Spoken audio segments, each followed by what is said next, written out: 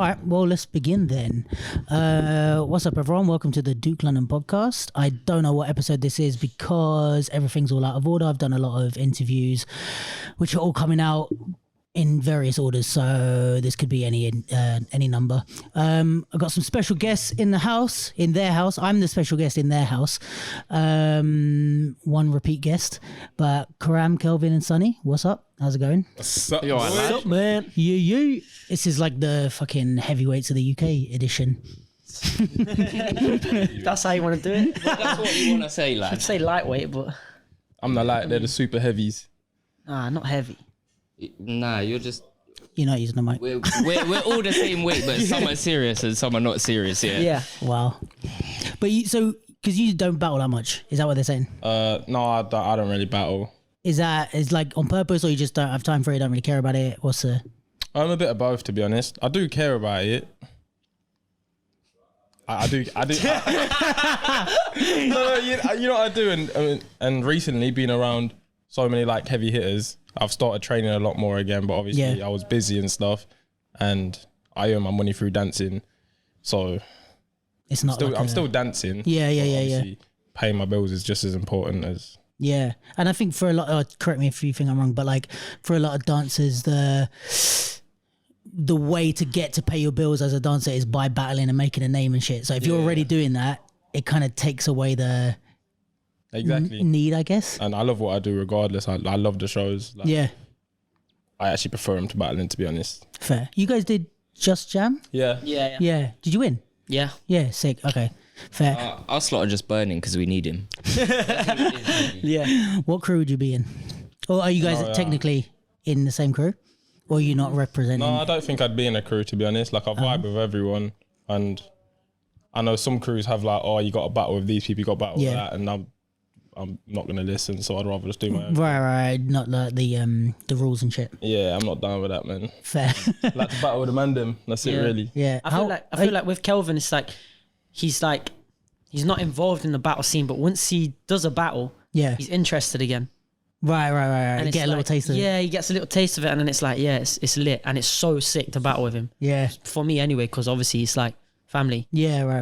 And yeah, these two next to me are the only two people I feel completely comfortable battling with. Sick. Yeah, to be honest. honest. That's dope. So it's nice. Yeah, I was gonna say because you guys have known each other since you were kids, right? Or pretty young. Grew up in the same area, all that. Pretty much, yeah. Okay, cool. And did you know each other through dance or? Yeah. Literally. Mad.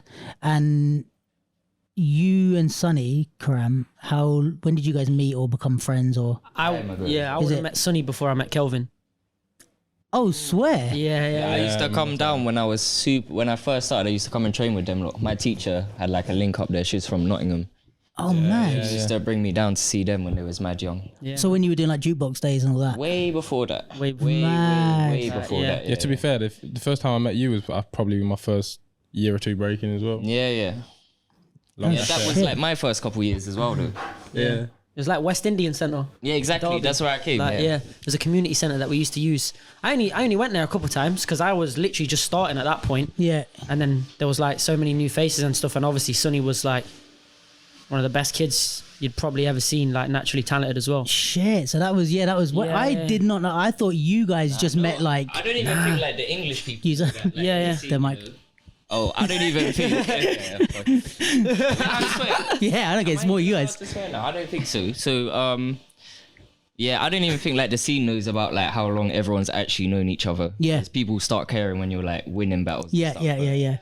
These lot, like I've literally known them from beginning of dance for me. Mad. Yeah, because to be honest, like I obviously when you guys were doing well and obviously where you're at now is the kind of time when I started seeing you guys like hanging out. Obviously maybe I didn't know you guys as well, but I knew you I guess from the London scene, but obviously I didn't see who you were hanging around with and shit.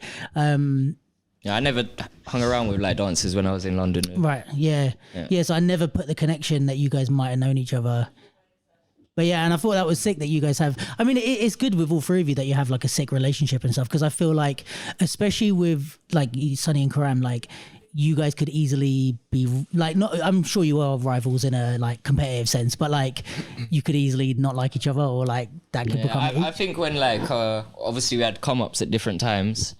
And I think like, especially from my side, when Karam was having his come up, a lot of people was trying to Put you pressure man against. to do that, you know. But I think that's like a very like, that's not really representative of our whole generation and the generations below. That's like Yeah. more of an old school thing. Yeah, like, yeah, since yeah. like us and the generations below us, it's all love in UK right now. And it's like, it's love, but everyone's going harder at each other than Yeah. when people was hating, you know. Yeah. And I think it's kind of like, I don't know if you guys feel this as well, but when I feel like with competitive shit in general, like when you're friends, you can kind of go harder, like what you're saying, because it's like, you know that you guys are friends at the end of the day, so you can go. But if you have issues and you're trying to like beat them, they're gonna like, it's maybe more reason to start shit.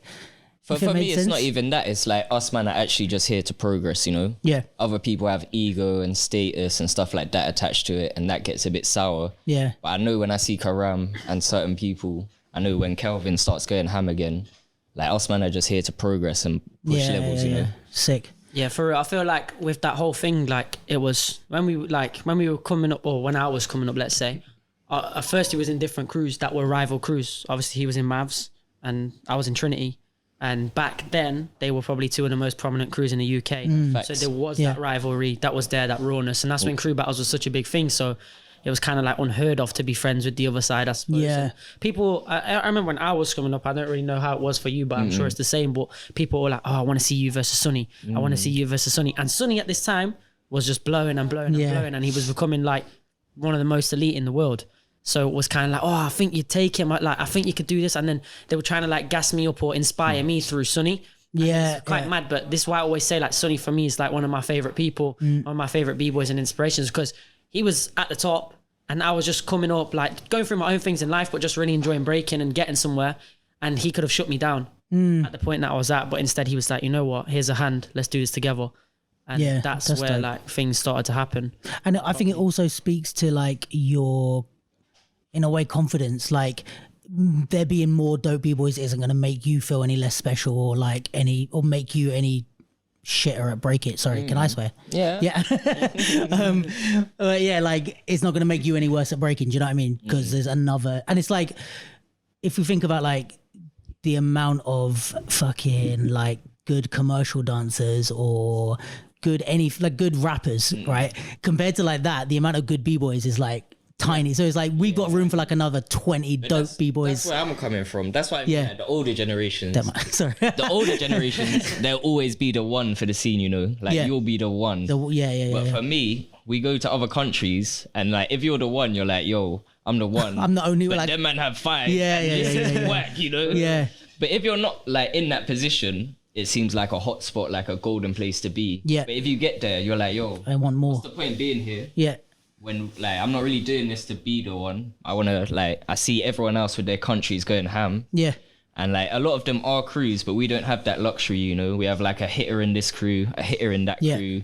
These lot are lucky because they're surrounded by a lot of talent, you know. I was lucky in London. I was surrounded by a lot of talent as well. Yeah. But in general, on the international scene, we have like familiar faces from different crews, not whole crews that are repping like that.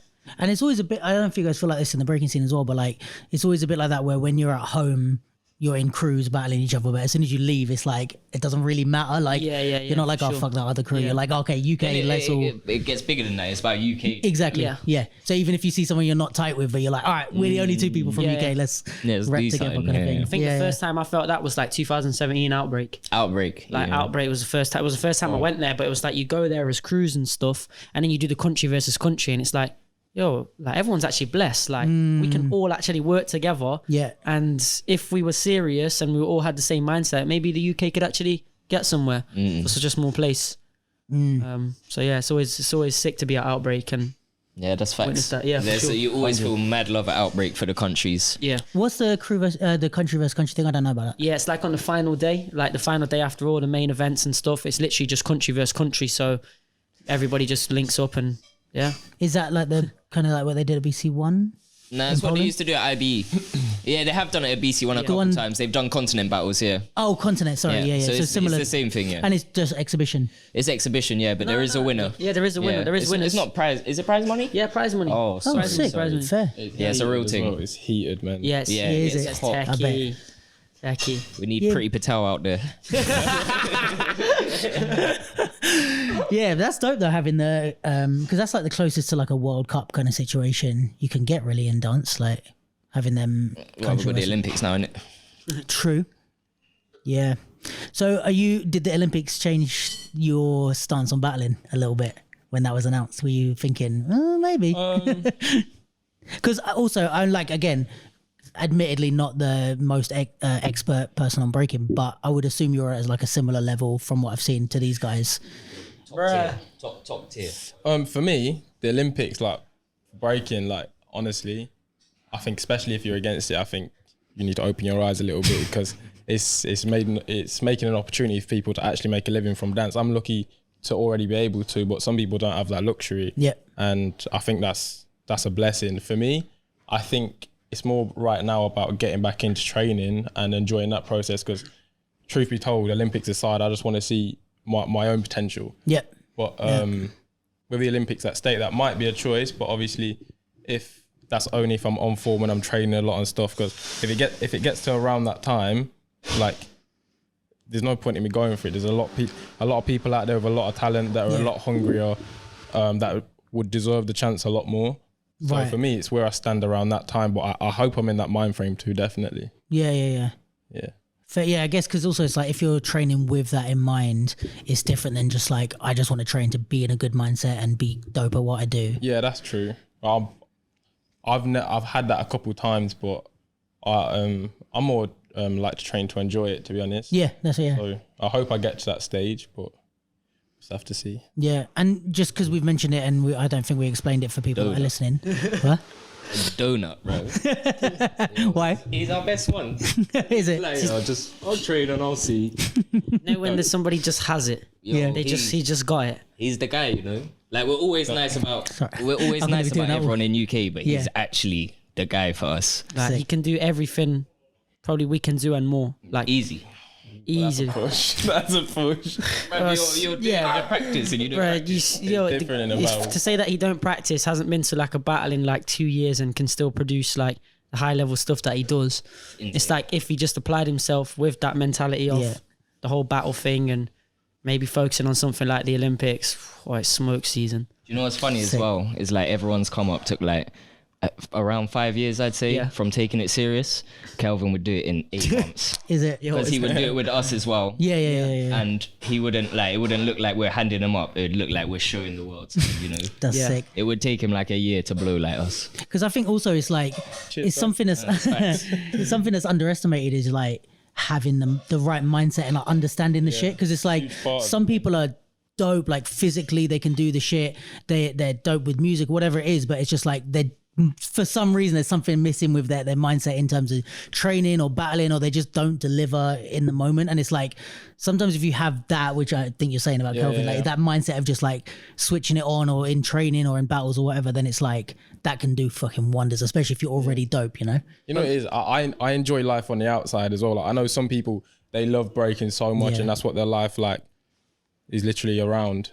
I love breaking, but I love a lot of, I love chilling, I love going out, everything. I love everything. Yeah, So, like, cocktails, yeah. yeah. Yeah, so like, I love all the other aspects around it, and I don't know. It's definitely something I want to get into more, but we're gonna see. How old are you three guys, if you don't mind me asking? I'm 22. 24. 27. You're 27. 27, boy. Are you serious? Jesus, man. 27 like 2 weeks ago. That makes me feel old as fuck. Yeah, me too. Yeah, fair. Oh yeah, because you had your birthday thing. Yeah, but you've still got. I mean, I don't know what you guys feel like in terms of the lifespan of a breaker, but it's like you got a while now. If you're 22, You know what it is? You could say, yeah, I have a I mean, while. how old is Neek? Nick's 34. Nick's 34. And it's like, hey, remember? I didn't have to say shit. But it's like, I mean, I know he's more in doing his theatre and stuff like that, but he can still hold it down. Oh, mate. So like, level. like, Ridiculous. and that's another 12 years on what you've got now. It is exactly, but there's also like 14-year-olds that are coming up True. to become some of the best in the world from such a young age. So it's like, So it's don't all know. irrelevant. You should just do your thing. I think though with Kelvin, it could be quite a blessing though that he's able to switch on and off out of a certain mentality. Yeah. Because when you're in a certain mentality for such a long time, and so drilled, and you're doing the same stuff over and over and over again, it can become boring. Yeah. It can become something that you fall out of love with. Yeah, tedious. It's very tedious. We must have all had that. I don't know about you. Yeah, I've definitely had. I think we've all had it because it's hard to stay times. hitting for such a long time and keep doing. Like, you need that part of a different life. You need that part to be able to switch off and actually enjoy your dance, because not only that it becomes lethargic and boring, but you start to fall out of love with the way that you personally deliver on stage and the way that you dance. Like, I've had that before. I'm just there like, just doing the same stuff again this weekend. Or do the same again next weekend. Especially if like, I don't want to be a dick with saying this, but like, especially if you're not being pushed every single, if you're being pushed every single time you battle, maybe. But like, if there's some battles where you can kind of phone it in and still win. Yeah. It's like, it's hard to convince yourself to really give a shit. But also then when you're on your come up and you also start to develop and you start to get that name for yourself, people have a certain expectation, and then it's very hard for you to dance the way that you want to dance because you fall into a trap with a lack of confidence together as well, that you just do what people want you to do and what they want to see for their clips. Pleasure of the audience. You know what's mad is like, I'm so fucking glad you said that. Like, every time I teach or talk to like a younger person or someone that's like doesn't enter battles at all but might want to and is feeling nervous, I'm like, you don't understand what a luxury is that no one cares about you. Like do you know what I mean? Like, not in a horrible way, like they don't care about you, but like you've never entered a battle before, you're young, you've just come in the scene or whatever, just because they're like, oh, I'm scared to enter a prelim. I'm like, you could go in and do anything, and in 4 years we're not going to remember. Yeah, that's why I say, if you don't win, no one cares. Like you can do what you want. Like, if you're whack, no one remembers. You don't get through a prelim. It's like even more reason that no one remembers. It's like, how long ago was that fucking Hong 10 battle that we're talking about last thing? 2015, 14. That's so 8 years. 8 years ago, and we're still talking about that one battle. And it's like, for me, like a lot of people from, and of course I've never like reached you guys level, but like, I think I kind of have been around enough people like you to kind of understand a bit and hear from you guys' perspective. But like, for someone like you to go on stage and know, like, in 8 years, someone might still be talking about this 30-second or 1 minute round that I'm doing. It's like, if you're a young battler, it's like, just enter shit and have fun, because it's like, you're never going to, if you get good, you're never going to have that luxury to just do anything again. Do you know what I mean? Both of yours are just drills, isn't it? I only just clocked. Both of your biggest moments that I can remember are both just mad drills, bro. Drills. Come on, bro. Is it? It's actually mad. What was Karam's one? Starts jumping up after. I remember seeing it, but where is it from? Some UK jam. Yeah, Riot Sessions in Liverpool. It was that, and he's young as well. Yeah, I remember the video. The hair, with the belly. Yo, literally, bro, yo. I tried to carry on my round after. That's the worst thing, but everybody were just screaming nuts at the back. Like, I was like, yo. That video will make you smile. Yeah, I'll check. Yeah, bro. Move on up. Just because we've mentioned it a few times, and I don't know who knows what, but like, can you talk about what it is that you're doing, Kelvin, with dance that's not battling, for people that don't know who you are? Yeah. Like, so I'm in the group Diversity. We go around, we do tours, shows, everything. I flip in my second family. I love them. Even like outside of dance, like my best friends, like I spend a lot of my time with them. And it's just a good vibe, man, because like, even being able to earn money from dancing is a blessing. But being able to do it with people that are so cool, that can push you in the right ways and stuff like that it's mad. And I've known them for a long time now. Were you in it from like beginning or? No. We had a long backstory. There was like us guys, we was on like Got to Dance, and then like we was like rehearsing with them sometimes, and then I started doing guest appearances. And then now I do like all the choreo and the breaking as well, and like we create sets together. Sick. Obviously, Ash pieces of the puzzle together, and yeah, man, it's sick. Yeah, I like it's sick. That's dope. I'm lucky. Yeah, definitely. That's dope. So is it like mostly like tours? Because I know they do their tours, but like, do you guys have? What else? Like, does it consist of? Is it like other bits, or is it mostly just performance tours, that type of stuff? Performance tours, like video shoots, like corporate events, like pantomimes. Yeah, we do panto every year now as well. That's always good fun. just I don't know. It's changing. It's changing. Everything's changing by the year. Like A lot of live guest stuff, those. No? Yeah. And also recently we started doing more like video shoots and stuff. So yeah, it's starting to go in different directions as well, which is great. As obviously times are evolving with social media, so Yeah. every way possible, really. Yeah, I mean, speaking of social media, you guys were saying that you're big on TikTok. Is that? I'm not on TikTok. No, Is that not true? Are you making jokes? Not big, but Not as big as Karam. Nah, we got. Oh yeah, Karam's we big got a on couple TikTok. followers and stuff. We could definitely be bigger and definitely do better, but it's definitely a platform that we've capitalized on. Yeah, because you're of not. lockdown. Yeah, we is them two. Yeah, I was gonna say you're we not. is them two. I got 32 followers on TikTok. I've been on there a year. Yeah, you told me you didn't have it. I know because I don't want bring-ins. But yeah, you've been doing it quite a while as well, right? Yeah, a little bit. Not the longest. I find it quite hard sometimes to deal with because it's so demanding. But Yeah. I think I started mainly in lockdown because, Instagram got a little bit static and boring for me because I like to do stuff and I like to document what I'm doing stuff through pictures on my Instagram. Like, oh, I'm doing this today, blah blah blah. I don't really like post. Not that I don't like, but I'm not used to posting when I'm not really doing anything and selling people a false image. Right. That to me, that's not me. It doesn't feel natural to me. It feels like I'm just forcing it a little bit. So I just started using TikTok. And like my second video managed to get like 1 million views, and it was just Jesus me at a Christ. jam doing the drill round. And then obviously just started posting breaking clips. When I ran out of breaking clips that I had, I just started doing like the trends and stuff. And don't get me wrong, it is cheesy sometimes, very Yeah, cheesy. super, Like, I've done some funky campaigns. So Funky. Listen, if you're a breaker and you don't have TikTok, you're throwing money down the drain. yeah, for real, Really? like it's so like You are. Listen, I don't upload on it, but the way everything's moving, the money in it is Yeah. The thing is, if I done TikTok, I wouldn't be making that money. Why? Bro, how am I going to make money off TikTok? bruv. Yo, you'd be surprised. You'd be surprised. Man. You'd be Trends. surprised. No No. trends. I'd pay to see you do trends. Yeah, exactly. That's it. How much would you pay though? Nah. It's not enough. No, like yeah, but it's true. it's True.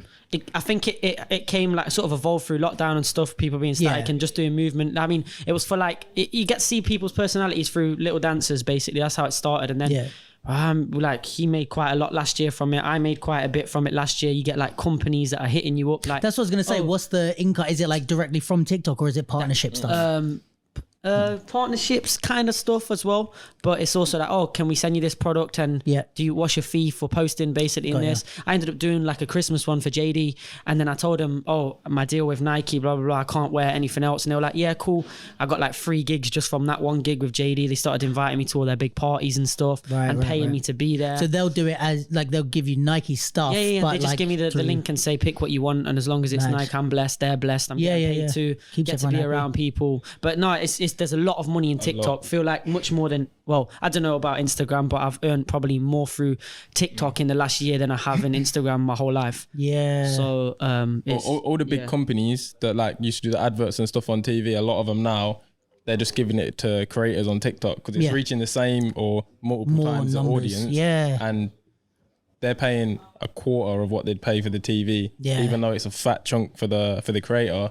So like, because it's the direct, and as well, there's no like middle men or I guess there's less licensing and stuff as well. yeah, and you can pick your target audience. You know who to show it to. Do you know what I mean? Yeah. You know what I think is sick about that is like, not cussing you, but like with you guys' generation, like That's what I was gonna say though. What? Like if you're a b-boy and you ain't got TikTok, you're throwing money down the drain. But if you're a b-boy and you're older than like 25 on TikTok, you're washed in it. No, but you know what? Do you know what though? Do you know what? This is what I was saying. I find it hard because of the demand. It depends on. It's a young boy thing. Nah, not really. It It's is, not. it is. It's not. It depends on if you can sell your product and it lasting. Like, for example, we feel like we have to do a lot of the trends and the cheesy trends and stuff a lot of the time with a twist in our own way. Like, don't get me wrong, it's not always like super cheesy. It just depends on what the money's saying, to be honest. But like, it's very demanding in a way that you have to sort of create something every day or two, really, to stay relevant on it, because once you're viral, you have to sort of keep that momentum. But what I find is that as a breaker, if I was to do something techie like I don't know, something that was high level in terms of breaking, if kids and people can't copy it to make it a trend, it's got less chance of going viral or blowing up. So the main thing on TikTok is like the trends, like things that people can replicate. That's the easiest. But people, there's a couple of people, for example, Lee, from the Ruggeds, shout out to Lee. Oh yeah, big boy. Yo, big boy. But he's blowing up at the moment, right? I mean, he was already big, but like, I feel like people that aren't even really into breaking or anything are posting his shit now. You just have to like looking at stuff to watch Lee. Yeah, for real. Just to like using your eyes. The guy's next level. But his TikTok, he has, I think, 700,000 followers. Because he's just doing cool shit. But he's just doing breaking stuff, mainly just breaking stuff. And his audience is that, and he's gone from 0 to 700K from that. So there's definitely opportunity for breakers too, but they have to be able to hit that and maintain. Well, can I just clarify? It's like you're not watched because of how you look or what you do. It's because if you're younger than 25, you grew up interacting with social media like that and dedicating your life to social media like that. And if you're above 25, it's not like that, and for me, it's a mad kind of choice to go down that route unless you're making mad bread. Unless you're already famous, you don't jump into that and make mad bread. Yeah. The kids, when they're on TikTok, they already grew up like that on their phones like that. Yeah. Like me, I didn't get social media won't pop until I left school. Yeah. Which is a big difference in like growing up and the way you pattern your brain and your money and how you can interact with these things. I think also like where I'm kind of like on your side a little bit is like come to my side, bruv. You're old. Like this is the thing though, like because I'm old, but I'm also like super like you're trendy though. You're trendy. But in certain, it's like you're saying, like in certain ways, because it's like I definitely wouldn't be trying to get me. Like I'm like I wouldn't be on TikTok in the way of like doing the trends and stuff, just because I can't find it in me to do it. Yeah. But I think what makes me kind of agree with you a little bit is like the idea of like doing the trend dances and stuff. It kind of, I don't know, it makes me feel like I'm just chasing this thing, and then especially if it doesn't get any views and stuff, I'm like, but then why you can make your own though. It doesn't have. And then it has to be good content. It's like saying you should start YouTube. Is that different? No, you can do 10-minute. You can do 10-minute videos on TikTok. You can do. It's not different. It's not different. Why do I feel different about TikTok than I do about YouTube? Because it's a younger audience, maybe. Yeah. But now you will see though. But now you see it's not so young anymore. Like people's parents are sitting on there for hours, bro.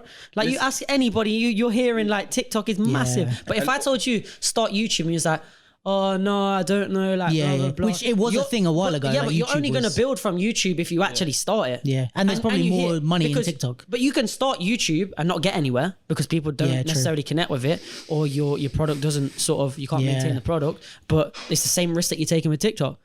So I think because YouTube's been a staple online for us for a lot longer than TikTok has. A lot of the recent YouTubers now come from grow their base on TikTok. And also at the same time, when you're saying like, oh, people's parents are on it all day, you know, people's parents, they're not watching TikTok dancers and trends. Yeah, it depends on what they're done. You can do what you want. You can flip in, learn financial literacy. You can learn about crypto. I know, but that's what I'm saying. That's weird. If you want to learn financial literacy, for me, go university or go learn it. You know what I'm saying? Yeah, university. I feel that. Like, obviously, I'm not saying like it's perfect or anything, but I'm saying like there's a lot more uses to it than a few cringy dances. Yeah, and this is the thing. I think we're in my head. It's just the cringy dancing. That's it. Like, and I'm not on it, so I don't know. But maybe that's because you know majority dancers that have it, and that's what you associate it with. Yeah, probably. And also, there's something about it being the dance. I mean, like definitely what you're saying. Like because even my friend, Lee, he does painting and drawing. He does Ricochet does a lot of shit on TikTok, and he's got he's like 17 or something thousand. Yeah, because people love his like drawing. He puts little animal facts and stuff. It's super dope. But like that I see, but I think when it's like the dances, for me it feels like, and you guys do it, so tell me if you don't feel like this, right? But it feels like being a professional singer and then doing karaoke. Nah, it's true. Do you know what I mean? It feels like, everyone else is doing karaoke here and I'm coming up to sing, but I'm actually a singer. But that's why you have to find the balance. Right. That's why I said it's quite hard and you feel like the little bit of a demand because you kind of do have to sell your soul a little bit. In terms of the trends, I feel like that anyway. Because if I did the techie stuff, point proven. No, but that's what I'm saying. Like if you did the techie stuff, people don't quite get it and can't connect with it. That's why you have to find the balance. So if you see a lot of my videos, I'll do the trendy stuff, but I'll add some at the end, or I'll do it in a different way that has a breaking aspect. Because it's true, like professional dancers on there don't get like the same credit as that a trend person would. I suppose. But that's where you have to establish your product and maintain it. For example, Lee. And What? Just thinking, yeah. No, it's also like, look, like you can do anything though. Like you know Alfie Chapman. You know Alfie? Yeah. He's obviously a really talented dancer. He made a thing out of like cosplay on there. He's got like 2 million followers. You're mad. We're all chatting about younger generations though. Lee, Alfie. That's how old is Lee? Man's generation. How old's Lee? He's 21. All right. What about Beast Boogie from Havakoro? He's got over 1 million followers on TikTok and he does breaking. Shout out him, the anomaly. But at the same time, it also works in the sense that, all right, take away like you don't want to do TikTok dances or anything, but if you want to like grow a platform or say you want to build a clothing brand. For me, if you do something dope, it's dope. I get it, but I mean, like the general rule of in our dances and certain people joining TikTok we're talking about making a business and fees and. Oh no! I'm not talking about like random youths and all of that stuff and like parents and that.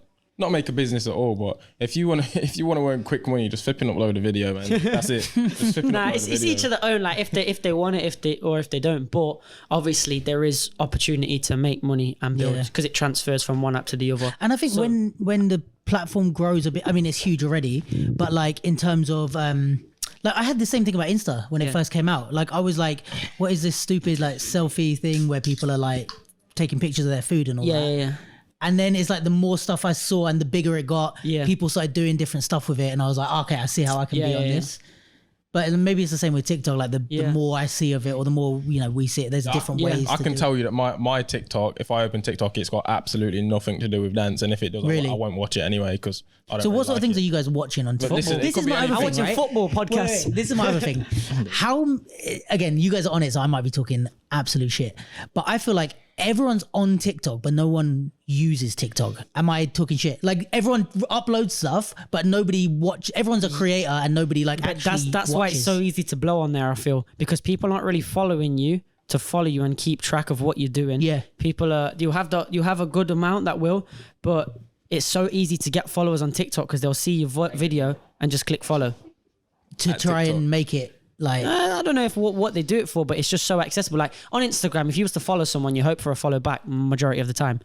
On TikTok, it's not like that. It's just like bam. Right. So is it more like throwaway with the follows? Yeah, that's how it feels to me because I think it's so much easier to grow on there, and it's transferable to Instagram. People then go from your TikTok to your Insta. I've been noticed many more times from TikTok than I have Instagram, and I've only had TikTok like 2 years. I get stopped in the street. You're that dancer from TikTok. Follow the TikTok. Follow the TikTok. No, I don't actually really. No, it's use the other way around, bro. We go on the TikTok and follow the pod. we don't use it much either. We don't use it every day. Stupid for not. Yeah, we know that we're stupid for not doing it. But like, do you know anyone that's like not a creator but just has TikTok to consume it? Yeah, bare people. Really? Bare people. So many. Oh yeah, so maybe it's many, age thing. Sunni. Me. No, there's so. Bruv, you know how many funny videos are on TikTok? Yeah. I literally save them and share them.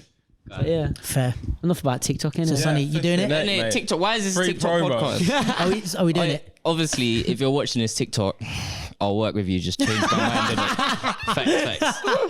That's facts. Fair. Yeah, but it's like, I mean, this is the thing I'm trying to like get out of, or trying to keep myself out of, is like, it's such a such an old person thing to hate the new thing that comes out. Yeah. Do you know what I mean? It's like, but I feel the same with I was gonna ask you guys about this anyway, but like with the breaking scene or the dance scene in general, it's like, it's always like the older generation have a problem with the way that the new generation. Yeah, but that's always going to last in many different things. And I'm not, never mind just TikTok. The older generation had a problem with the Olympics. Yeah. Now look. Yeah, but they never got to flipping get involved. But yeah, I feel that. But they're going to have a problem if they're not moving with it. You know what I mean? Yeah. You're going to have to move with it. And obviously it's not everyone, because there's a lot of like older generation people who, of course. Who rock with the younger guys and actually support. Like, I mean, a lot of this stuff wouldn't happen if it wasn't being handed down to people. But It just tends, it's like, I never hear something new happening and then the kids are like, no, that's stupid. It's always that older people. But if it's anyone complaining about something new, it's that older people. But you can't really, I don't think you should be sour, because if somebody's doing something and they reap the rewards for it, it burns a little bit more, and that's not really fair. Yeah. If somebody's actually engaging in something and trying to do something for the future or make a change, and then it happens, but you didn't want to be a part of it, and then when it does happen and it's a big thing, then you want to be a part of it, or then you hurt and you're saying red-te-te, then I don't think that's cool. I'm not really talking about TikTok. I'm talking about Olympics and back to the break. It could be anything. Anything. It's like, if you want to have a say or you want to do something, be involved from when it's the flower starting to grow. Do you know what I mean? Yeah.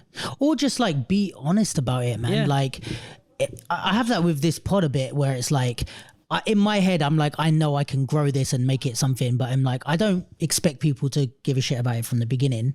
But it's like, when it gets like, just don't shit on me. Like that's fine. It's like, if you don't care about it because Luke's doing some fucking pod thing, fine. Like, and if when it's big you want to be like, oh cool, that's dope, fine, jump on the bandwagon, all good. But just as long as you don't shit on me now. And I'm gonna go out your way, be nice. Yeah. That's the only reason to do go out of something your way. exactly. Otherwise, just it's fine. Like I try and have that with like even like TikTok. It's like obviously us talking about it now, but like I'm not like out there like shit, and I don't have like No, I rate these two for doing TikTok. Yeah. I don't have a negative view on it. I don't really do it, but if someone's gonna pay me, I'll do it. Yeah.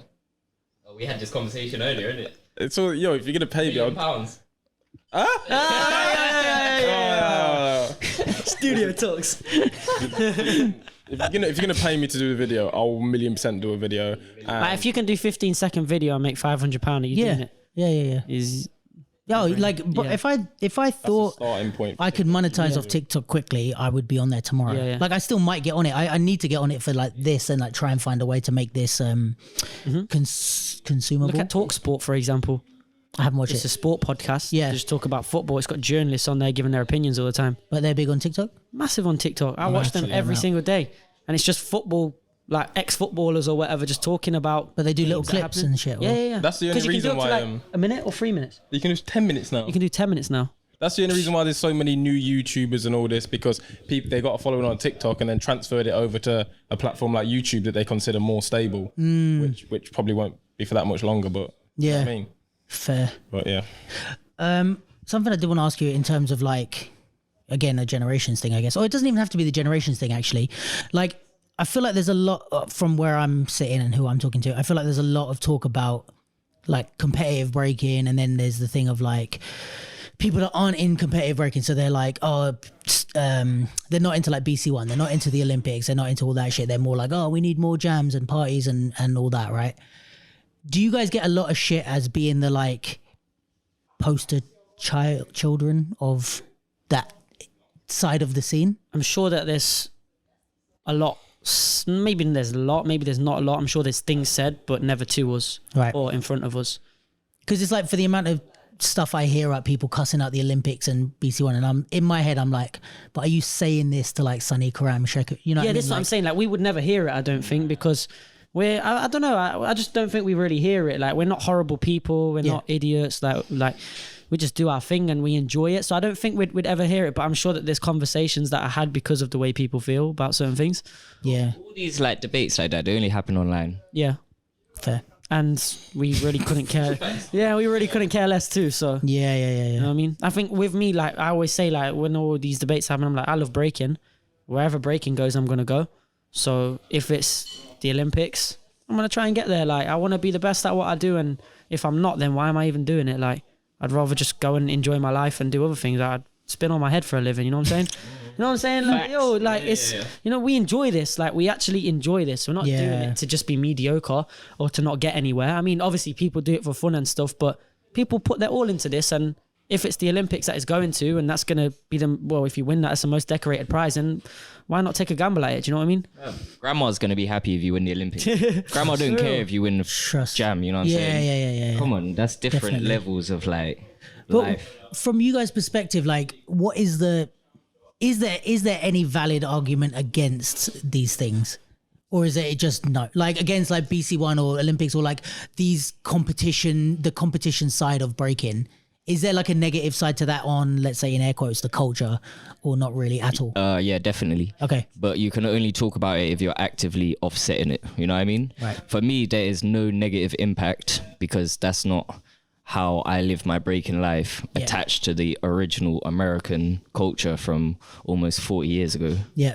That's got no tie into my life. I love breaking, but the people that are against these kind of topics, they have a different view of breaking and a whole different experience and a whole different like emotional attachment to breaking. For me, like breaking makes a lot of people cool, you know what I mean? So when breaking goes to the Olympics, it's not really that cool anymore. Like we're athletes, you know what I'm saying? Yeah. And that, I can understand how that can hurt people if this thing's made you cool for 40 years and you're old. And, like, do you get what I'm saying? Not to be offensive. Yeah. Like, I get it.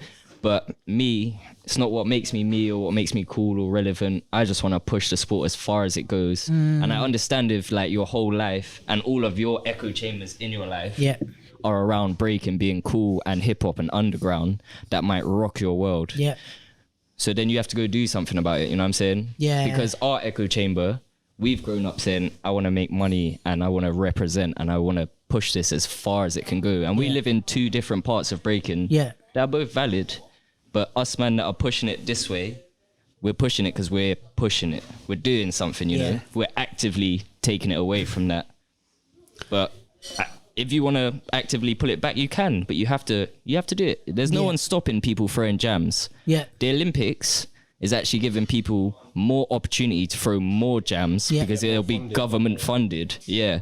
Like right now, if you really care about jams, when the Olympics comes, you can throw 400 times the amount of underground jams. You could use it for your advantage. I actually had a good conversation with Nick about this, where he was saying about, is it B-Boy Classic? Like This event. where he was saying he wants that to not fill the same space as like the Olympics and stuff, and he actively tries to do he something. keeps it over there, but obviously he doesn't have a problem with that stuff. He's just like, that's not my thing, this is my thing. So it's I think I was just shaking my head there when you said like, is there any sort of negative to it?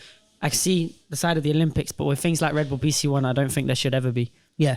Because it's a platform for breaking to be where it is without going that extra length of losing the rawness of it or whatever you want to call it. Because I think Red Bull has been around for years and years now. Yo, how long is it when they put out that thing? The first BC1, I think, was 2004, bruv. So is that, what is that, 20 something years? No, 20.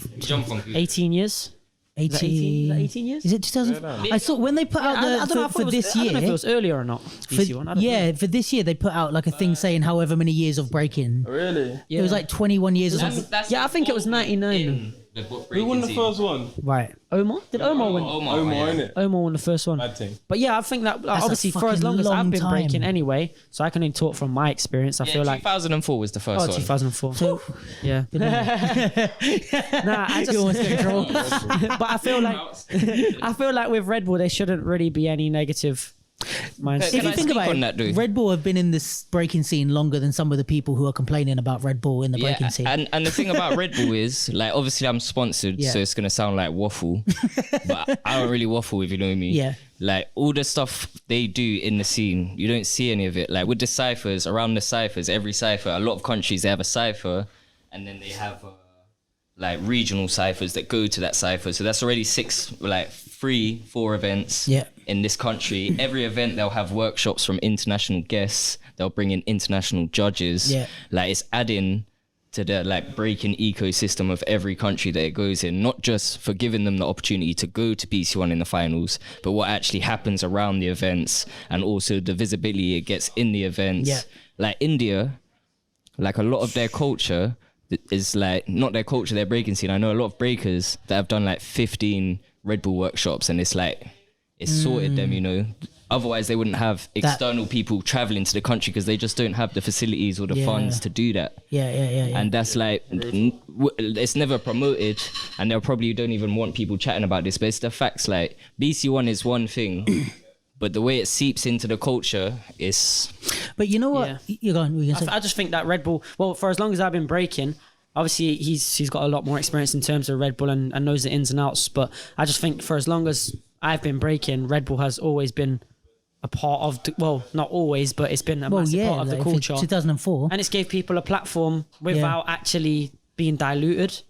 or diluted as such, or in the same way that the Olympics is. Obviously, the Olympics is a whole nother step. Yeah. But I think that Red Bull's always kept it quite within the scene, which is always good, and it's also gave people that platform to be seen and to have that status. And I think one thing that I think people miss, again, I'm like talking specifically about conversations I've heard, but like that people miss with something like Red Bull, right, is I think they think, oh, they're just doing it for marketing or to sell drinks, which Red Bull, if you're listening, you can cuss me out if I'm wrong, but I think that's true. Like they are doing it for marketing, and they are like in the same way that they're in BMXing or whatever. It's part of the marketing thing. And I think a lot of the stuff that they do, I would assume, I've talked about this before, but like probably comes out of the marketing budget, right? Like, you don't have to say anything, but like, this is just me speculating. But the thing is, if you're a company like that and you know what you're doing, like I always reference Nike when they went into skateboarding, right? Because I watched some stuff on that.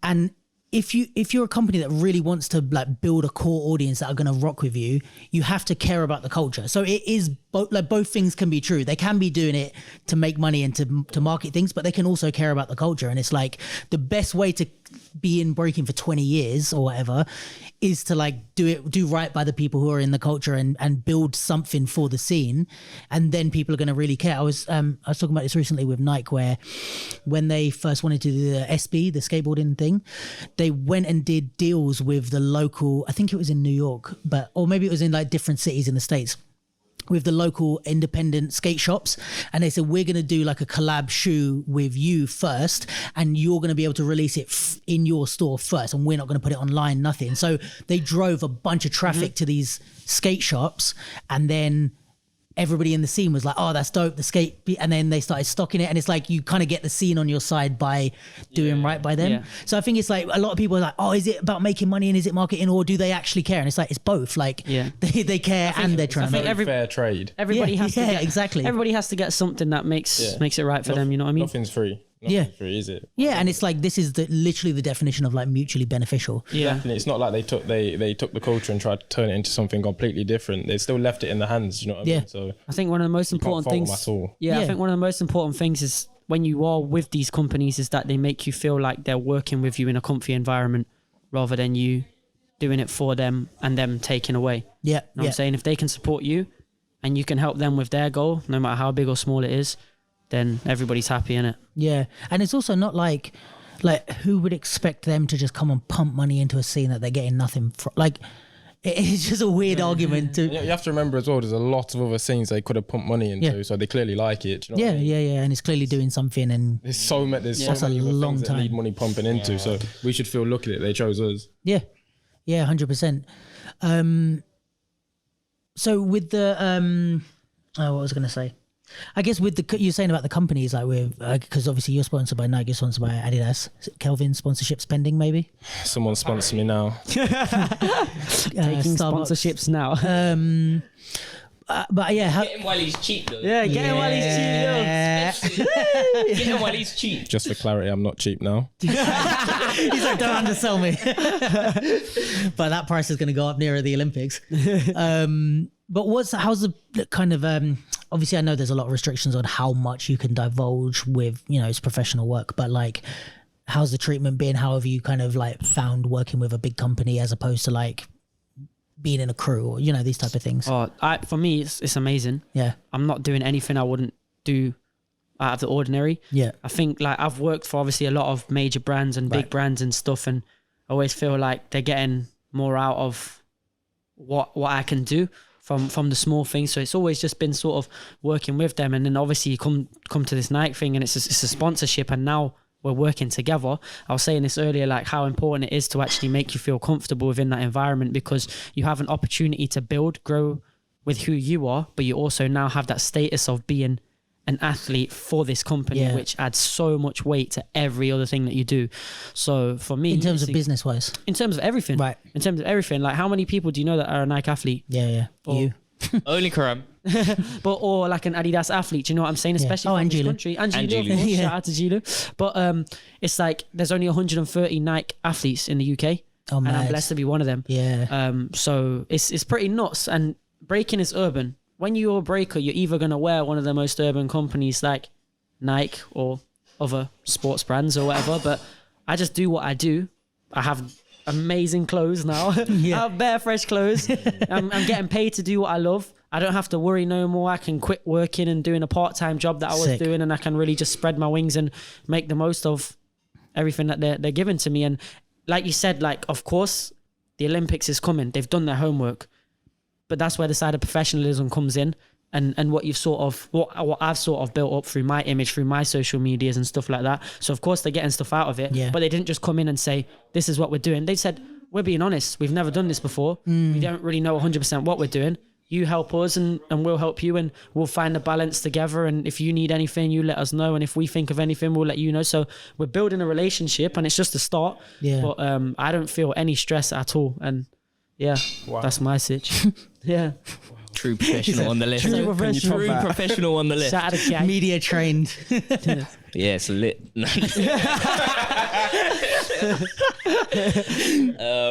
So obviously I've been with Red Bull for like I think around 4 years now, but I've always been, not always, but a long time. Chile. I've been affiliated with Red Bull for like a long time. I done my first BC1 when I was like 17, I think. Right. So that's 10 years ago now. Yeah, bruv. Wow. I thought the age was 18 to enter. Is in UK. Pagans. Change that. Yo, chat to the government, innit? Chat to the Tories. No, that's the fact, so. Yeah. Red Bull and energy drinks can't be promoted around under 18s in the country. So that's why you stuff. could do it in another country, but It's not. legal stuff, yeah, bruv. Mad. Do you think when we go to like certain other countries that they care about kids coming? Nah. That's Boris. That's Boris and the Tories. Boris ain't been Nah, it's not even. It's been like that forever. But it's like it's not anything that's in the company's hands. You know what I mean? It's about energy drinks and laws about promotion around energy drinks. Fair. So obviously it's not even my jam or nothing. But kids, yeah, we're off topic anyway. So yeah, my Red Bull sponsorship. How is it? Obviously I've been around them for like 10 years. Obviously more and more throughout my career. But when I joined the team, everyone in the All-Stars already had previous relationships with them because they're genuine people from the scene. It's people I grew up looking up to and battling with and learning from. So when I joined the crew, it was like a massive honor, something that I wouldn't even envision happening for like someone like me or someone from UK or anything like, because we just haven't had that route before, whereas other countries have. But on the flip side, I joined and I was just with the same people I see every weekend. I battle with Zoo. I mean, like Zoo joined before me, and Shigekix joined. Then I joined. No, I think maybe me, Zoo, me, Shigekix, some way around. Yeah. But we was all in a crew together before that. You know? Mad. Okay. So it was like home from home. And then as far as treatment, like, yo, they paid for my surgery last year. Yeah. They put me in an athlete center. Like, I've never been to an athlete center in my whole career. I think I saw. Is there a promo video about that? Yeah. I think I APC, saw like that. now, Yeah. the breakers who are on the team, and not even the only ones. Like we go to athlete centers now. We get high performance testing, all of this stuff that is so foreign. Like I come to these centers, and they're telling me to do exercises, and I'm like, bro, I don't even know what that means. You know, like we're so far behind the rest of the sports and the other people that are taking their profession to the limits we are, but with the support.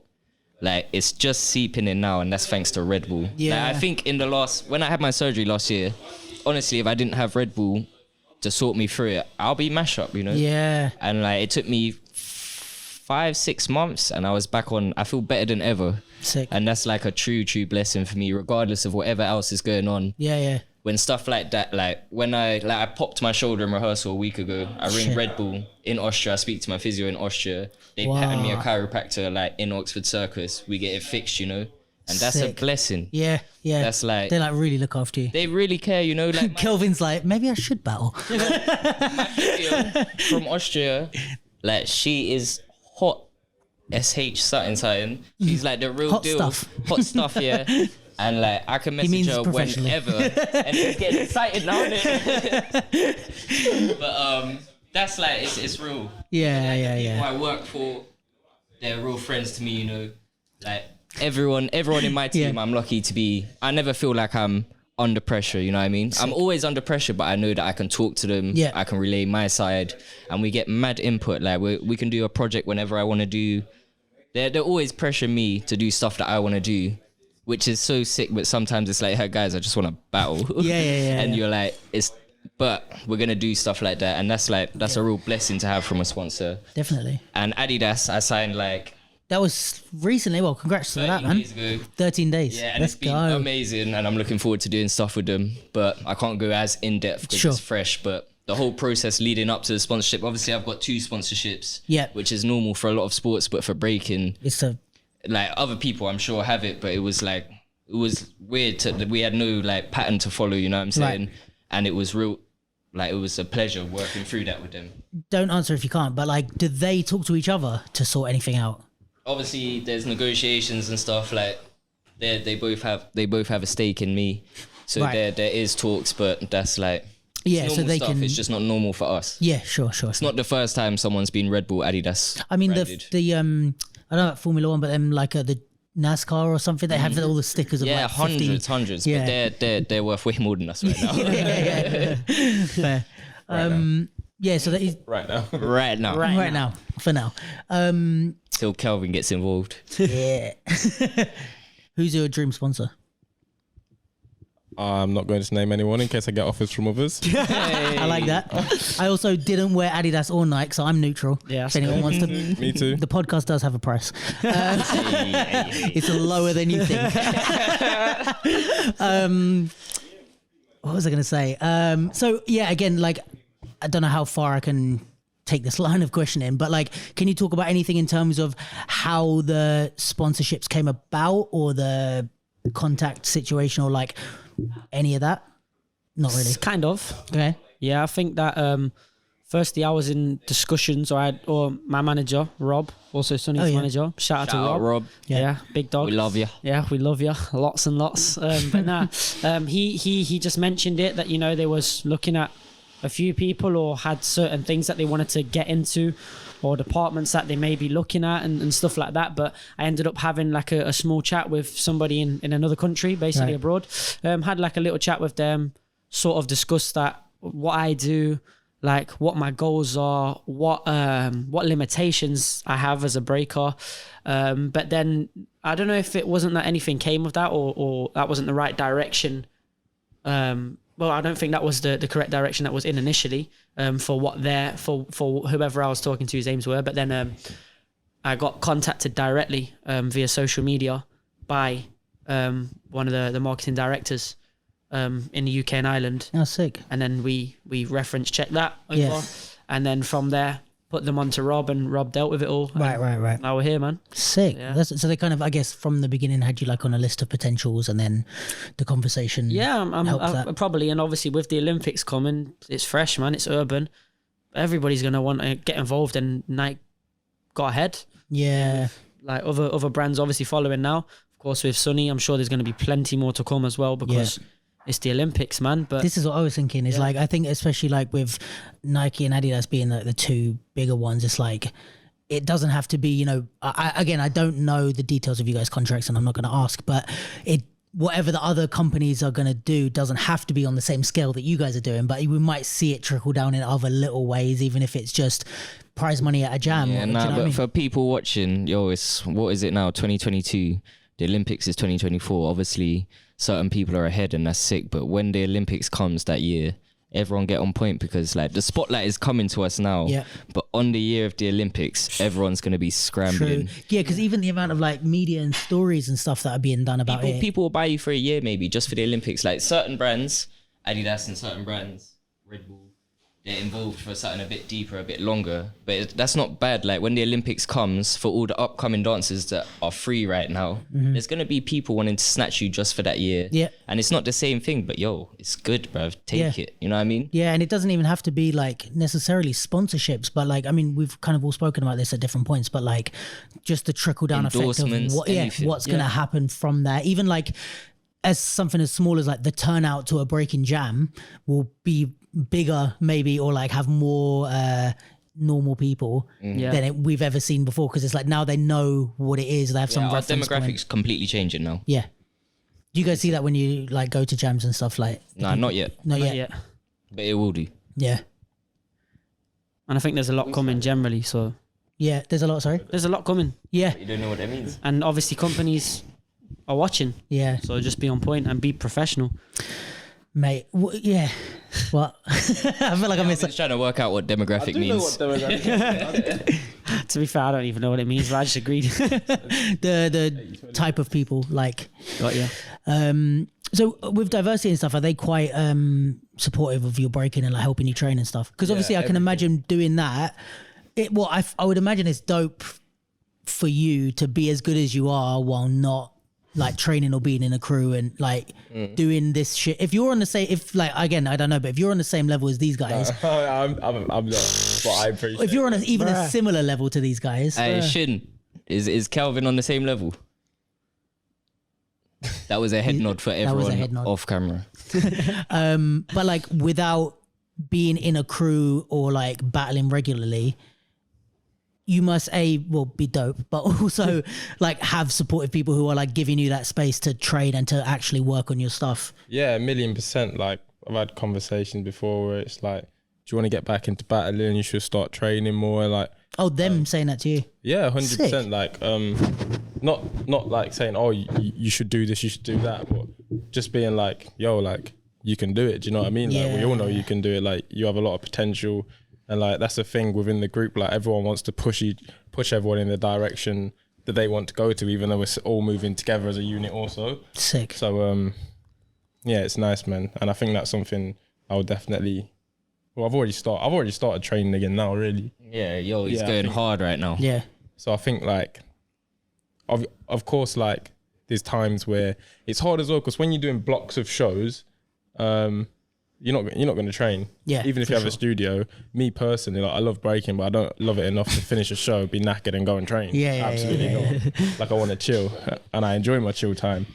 But so you can fall out of it that way. But of course, if you're surrounded by people that want to do the same sort of thing, like right now, I'm obviously around a lot of people who are heavy hitters, training a lot, so I'm back in the swing of it, and I hope to try and maintain that throughout the rest of the year, definitely. Yeah. But do you find like there's stuff that you get from doing those performances that maybe, because I think a lot of breakers, I would imagine, get on a big stage and are like, what the fuck is this? Like if you're used to doing little jams or something, it's like it's a whole different.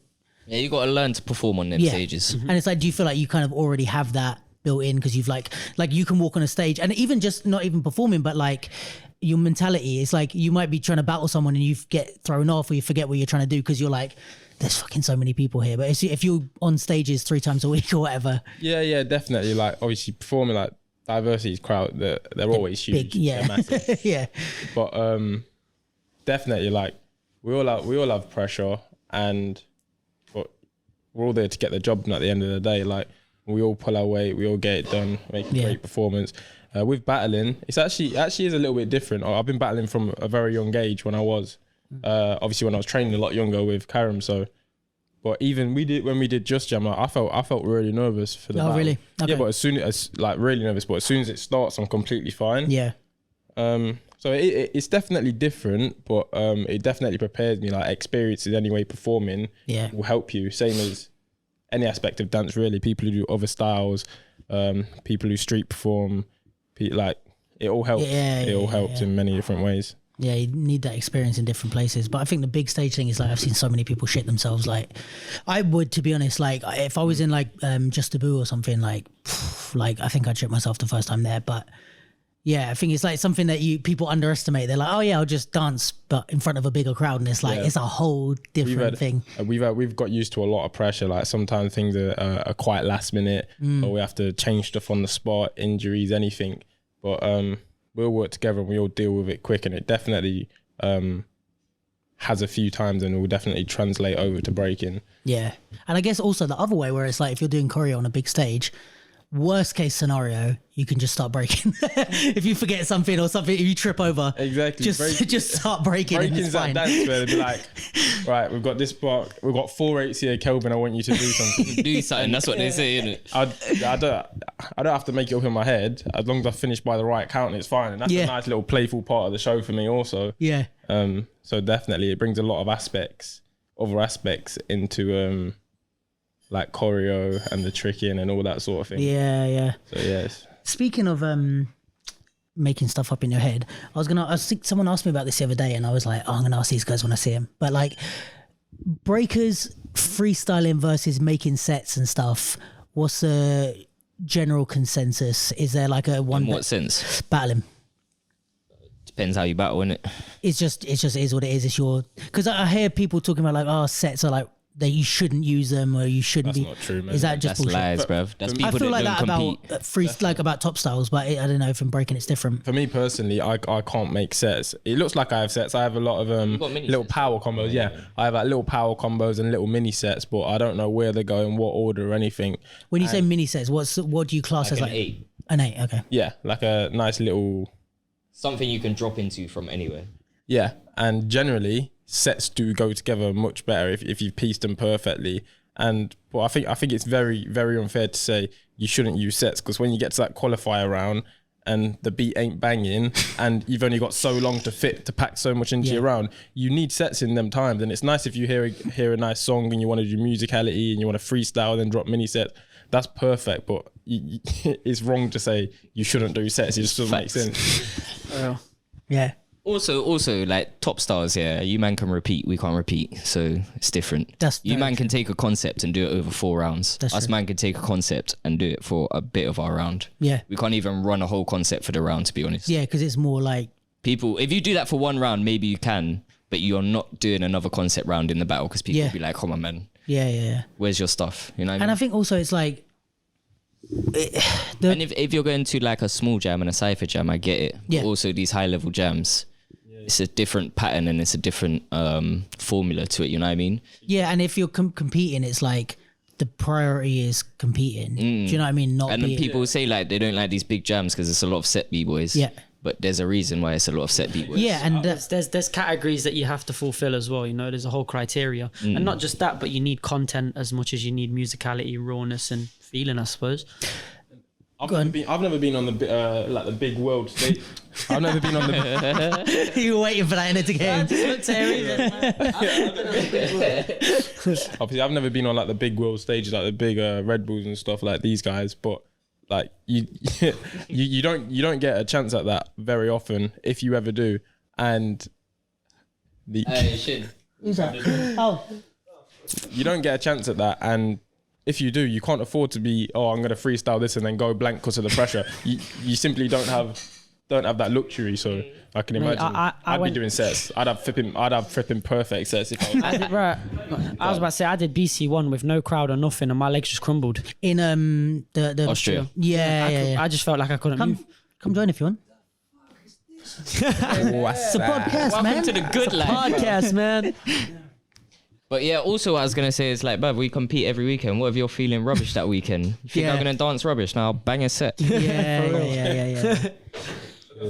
Yeah, especially Easy if you do like 1 jam every 3 months to go and express yourself and really give it your all. Yeah. If you do that every weekend, either you're gonna have a burnout or a breakdown, or you're just Yeah. gonna be whack half the time.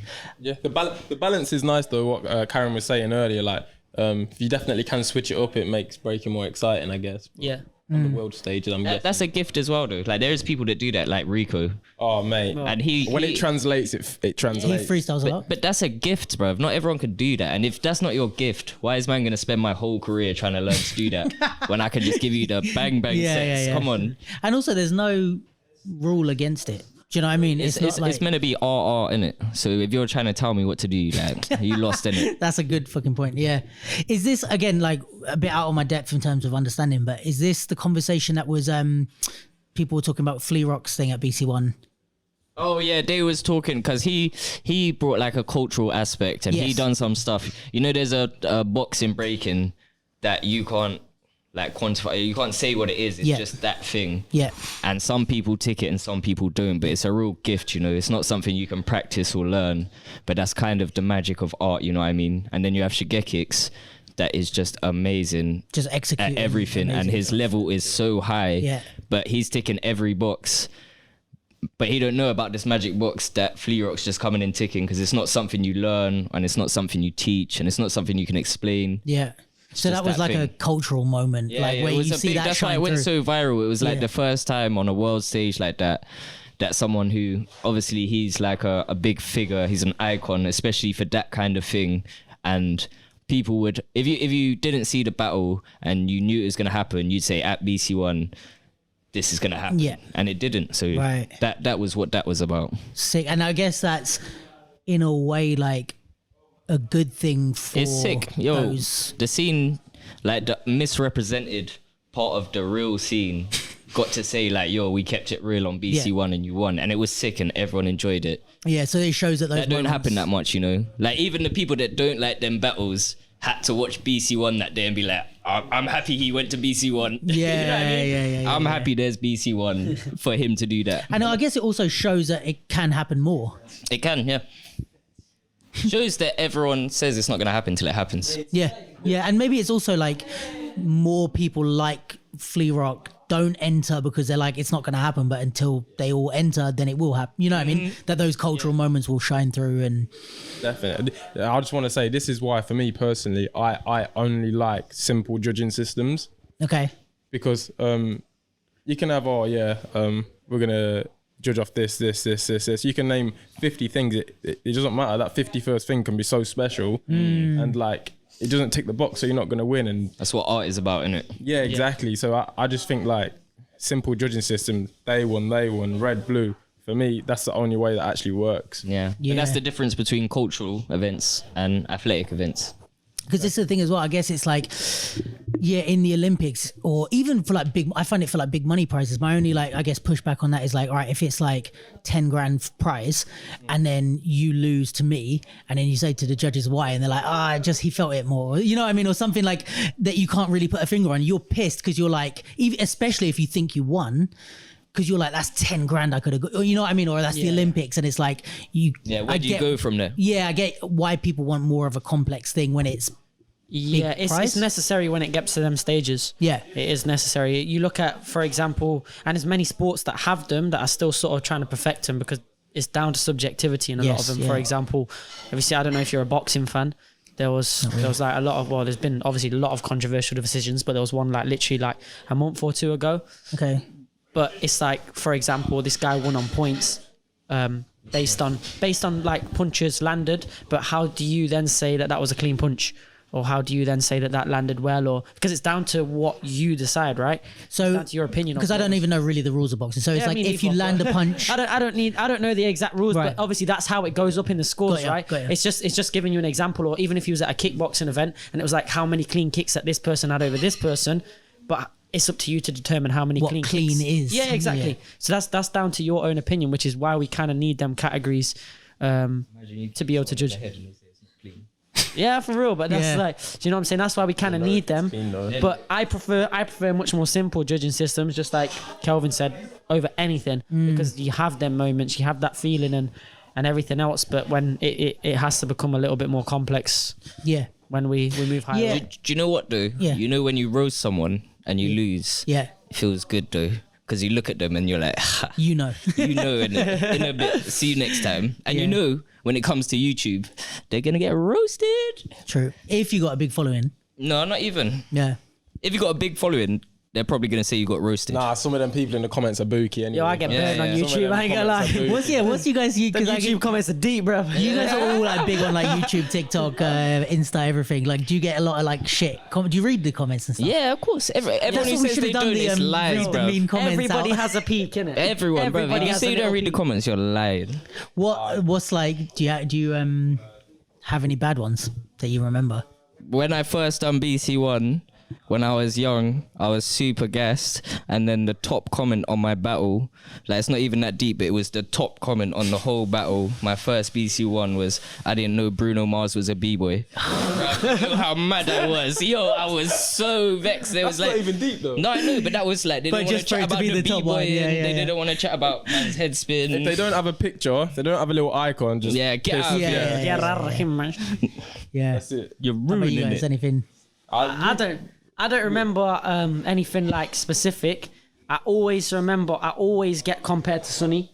I always get Oh, yeah, basically- people love doing that. Yeah, That's yeah, so What is it like crazy. when you battle without him? It's like Yeah. Or basically saying I'm a worse version of Sunni. Really? And I've got that always. That's what I was gonna ask you. Do you have But you have a people similar say it style? all the time, but they're so dumb, bro. Oh, right. Yeah. And we break similar, like, or not necessarily But break if you similar. saw us when we was youths, it was the same thing. Yeah. It's not like we grew up and started trying to do this. Yeah, Like, us yeah, man yeah. was already on this same style. Yeah. That's why I say it's a UK style, bruv. Yeah, and also when you beat famous b-boys, you're always getting claimed that you robbed them or whatever. love it. Whatever, yeah, see, Yeah. bear them. The robbed comments is I find so hard to like Oh, get yeah, I my loved head them. around. Why? Carl, what are you gonna do? Yeah, fair.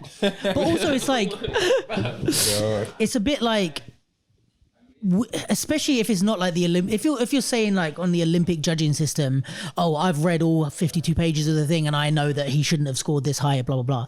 But if it's a small jam, and you're just pointing hands, it's like, what do you mean he got robbed? Like you think the judge's opinion wasn't that, and his hand just did it by himself? Like. The point is, whoever actually get had the a jam judges that happened. think wins. Yeah, just have some like. I was actually at a jam where that happened. Somebody pointed the other way. Nah. They still won, but it was a very clear win at a very small jam. And then they said to me after, "Oh, sorry, I thought you was on that side." Dying. No more judging for whoever that man or You're woman. retired. Name and shame. Name and shame. right Name and now. shame. We gotta keep professional out here, but yeah, I was kind of. That is keeping it professional. I'm I gonna start dropping random names in a second. That's funny. But it's like the whole point of a jam is like we all agree that. Hey, drop know- it. Nah, he's up 3 minutes. How you calling him shook I then? think I know who it was. That's funny. I don't know if you do. I don't know if you do. No, I don't care. But it just happened, innit? Maybe, Yeah. maybe he was having a bad day. I don't know, but that Yeah. has So it's a actually boy happened. then. But it's like we all agree that the judge's opinion is who wins. Do you know what I mean? It's not like Yeah. there's nothing. I mean, there are quantifiable things that come into your opinion, but it's like. It's those three people's opinion. So when you say, "Oh, I should have won," it's like, well, yeah, if you were judging, not if. Nah, but also I do understand it because we all should have a mutual understanding of the art form to a certain extent. Yeah, I agree. If you get smoked, you get. It depends how smoked, close innit? it is, though. Yeah. No. No. If you get robbed though, like, because people do get robbed. Right. Like, it's not a fake thing, but it's just Yeah. part of the. It's just what happens. It's not that deep, you know. But maybe robbed is used too, because I don't know. Robbed is definitely overused. Yeah, like I hear people like who robbed, and it's like, Yeah, well, yeah. it was But close. I It have could have gone seen either way. battles when like- people have got robbed. Yeah. Facts. Right. I think it has to be very close to, like very, very close to call a blatant, like. I think whoever's judging going forward just needs to be qualified at their job. What is qualified? For I don't you? know, but they just have to be a good guy. Man, they gotta come chat to us first. Nah, because there's also whether there's a system or no system, or whether they use hands or not, or whether you're doing a qualifying round and it's just a qualifier. People also have egos and bitterness within themselves, which impacts many decisions. I've had it. I'm sure that you've had it plenty of times. Love where, where people have literally just done you over because they don't really like you. Or what you represent, or Yeah. who. And the thing is, the system's not gonna stop that. Yeah. It's gonna cause accountability. Right. So now there'll be the first time that you'll see a pattern, and you'll be like, you know, everyone says, "Oh, this judge always robs, man. Oh, this judge is coming," but you can't do Now you anything. can see it. Now you'll be like, "Why are you bringing the guy with 0.2 stats?" Like, he always judges the opposite way to the other judges, you know, because that will come into play. Like your ratio of being with the other judges, they're doing that already. Yeah, and I guess because my immediate thought would be like, but what if you're the right one and the other two judges are? But I Then the guess whole system's flopped. but if it happens across loads of different judges across years, then it's probably not. Then everyone else has to go in it. Yeah. Either way, it's going to be accountability, Yeah, whether you're in the right or you're in the wrong. fair. And now job. there's nothing. Like, I could say you're a whack judge, and we could all know it. But what can we do? Yeah, you can't prove it or like. And also, I think you have to also separate as a judge. Like, I can love someone's style 10 times more, but you also have to go, yeah, I love their style, but actually, their round was actually better. Yeah, and- like, that's when you're like, And that's when you draw the line, that's innit? not just style, that's also reputation and name. Yeah, facts. Because people benefit from that, but also they can also suffer from that at times Yeah. too. But I think, you know what, like, I think part of it, again, always correct me if I'm wrong. I think part of it though is like, sometimes I feel like people with big names will like utilize that to be pissed if they lose against someone who is lower like status. And then it like pressures judges to just vote for the person with the bigger name, because then it's like, oh, less people are going to come. But I think to it happens more from qualifying rounds, going from qualifying through, because if I know that you're super dope and you're a potential winner of the jam, you've already got extra qualifying points. Yeah, like you're already because through. you know what the damage that they can do later on, and because they're a potential winner. And if Kelvin comes and does a crazy dope round, but he's kind of like a nobody, and there's already 8 of the highest level people that you know is going to be entertaining, and one of them is going to win the jam, they already kind of have a plus one. If you have a name, you have to crash real bad to not qualify. You don't have to kill it. You have to, like, it's more about not crashing real bad than killing your qualifying round to keep it 100, you know? But then you also see at some jams, like I've seen it Outbreak a couple of times, like you'll see a very high level B-boy do Shout out Victor. Shout out Victor. do an average round. He didn't do an average round. He just jumped in before he I had nothing to do with that. I was just talking in general. Hey, we love you, Victor. I'll see you soon. Yeah, I don't know. I don't know that I've ever seen Victor do an average round. know. No, He didn't do an average round. It was I'm too not hot. about Victor. No, I I was know. just talking. But you This whole you devolved, see like a high level B-boy do an average round, and then They'll fly through. they'll either fly through or they'll complain they didn't get through. Yeah, facts. Because there's so many high level B-boys there, you can't choose everyone. And Right. at the end of the day, like You it thought might you only should be have. it might only be a qualifier, but when the level's that high, Yeah. you still have to pull your weight. Yeah, like, yeah, you really yeah, do, yeah. man. But that can also work. It's kind of rare, but it also can work against you sometimes. I had it work against me one time, but I think that was because of other What do you mean? what name and factors? shame. Name and naming and shame. shaming. Name this Name one. and shame. Sorry, Victor. Because I had a name. I made what I did look too easy for me. Yeah, they're like, we know what you could do. Yeah. But you still do a banging round. Like my round was banging. Like it made it onto many media platforms and stuff, and everybody thought that I went through, and it was a dope jam, and I would have loved to gone through, but apparently what I did looked too easy for me, and so it's an interesting they comment. expected certain things. Which is because, supposed to look normal easy comment. for you. yeah, but it's because you have a name and they expect more. I don't know. I don't really get it. Yeah, but whereas it should be like the round, like It's not about how good you do. Yeah. It's what you give. Not how good you give. And I think you've also noticed that a lot of times. I as get well, that 'cause all the We had a time. conversation, like even when we were speaking, not a recent jam, but a couple months ago, people were judging you. He was being judged on what people know he can do, or do you know what I'm saying, rather than what he's actually doing. which is weird. You're supposed to be judging against everyone else in the Yeah, group. but if he's not quite meeting that, or he's chilling, then it's almost like, oh, this is closer than expected. When realistically, it's not. But Yeah. he's just not doing what you expect or want him to do. Also, in your like when you have a name, people are excited for you to come to a jam and do a certain caliber of movement. You know, they don't care about where you've come from. Like if you're like, sometimes I can go to a jam and say, look, I know on 60% I can win this. Yeah. So I'm gonna do 60%.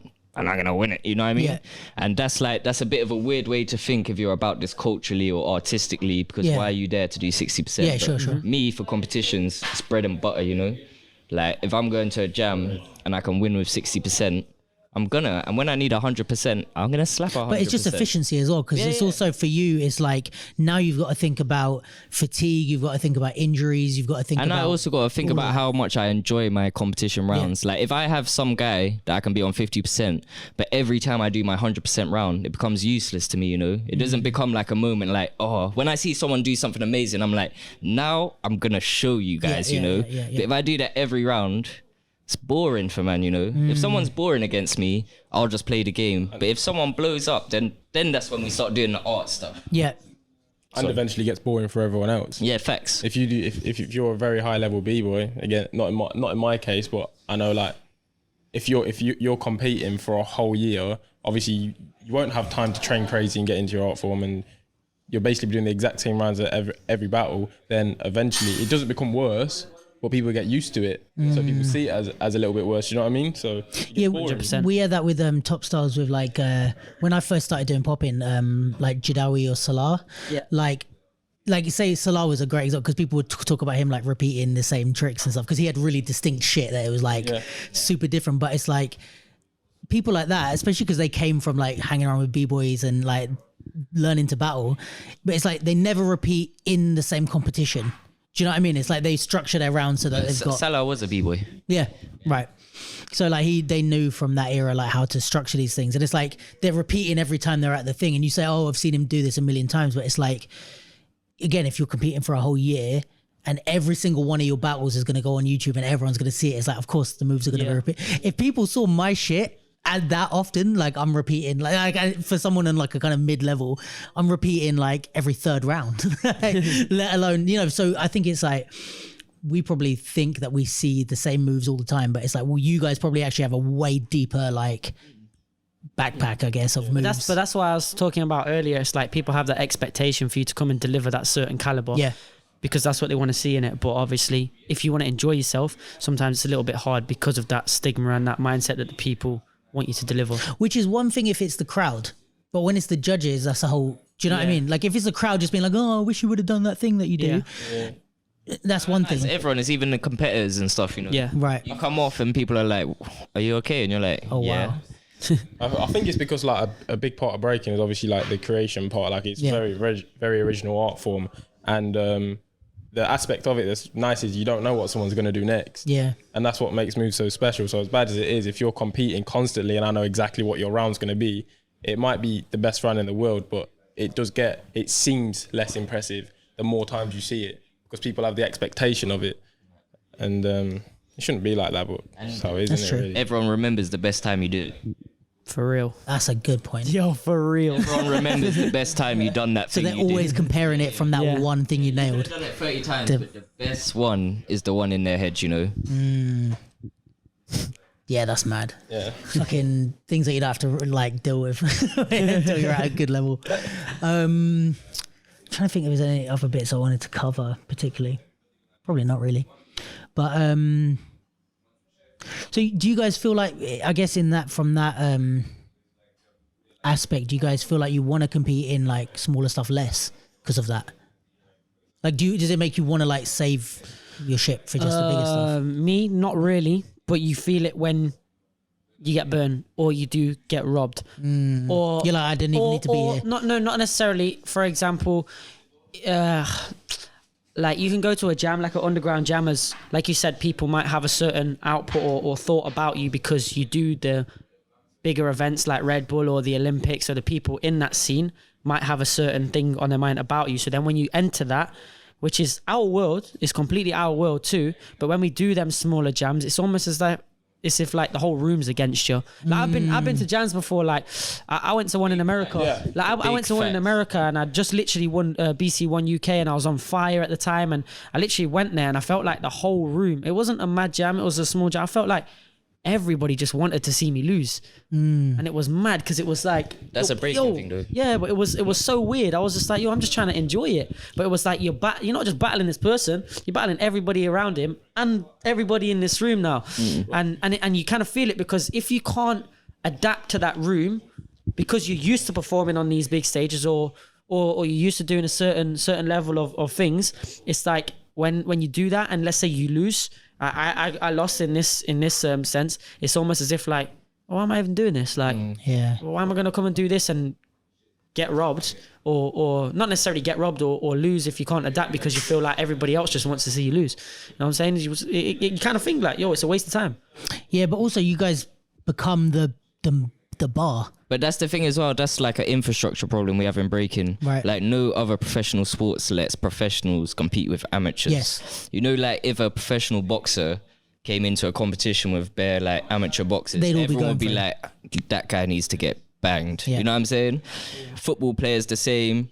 Like the thing is, it's insane that we have people that are devoting their whole life to this, battling with people that are doing their first battle at this big event because they're like, I want my first battle to be at IBE, and then you see us, man, and then like a 9-year-old, then a 56-year-old, and it's like that is why them man hate us, and I get it, but that's not our fault or their fault. It's that we should have leagues, Yeah. We shouldn't have to go through a qualifier. We should have to go for a qualifier, but of professional level. Yeah. We shouldn't have to wait 6 hours because everyone wants to do a qualifier and be in It's just a free for all. IBE. Yeah, you should have to qualify at your level, go to national, and then be able to compete in these big events.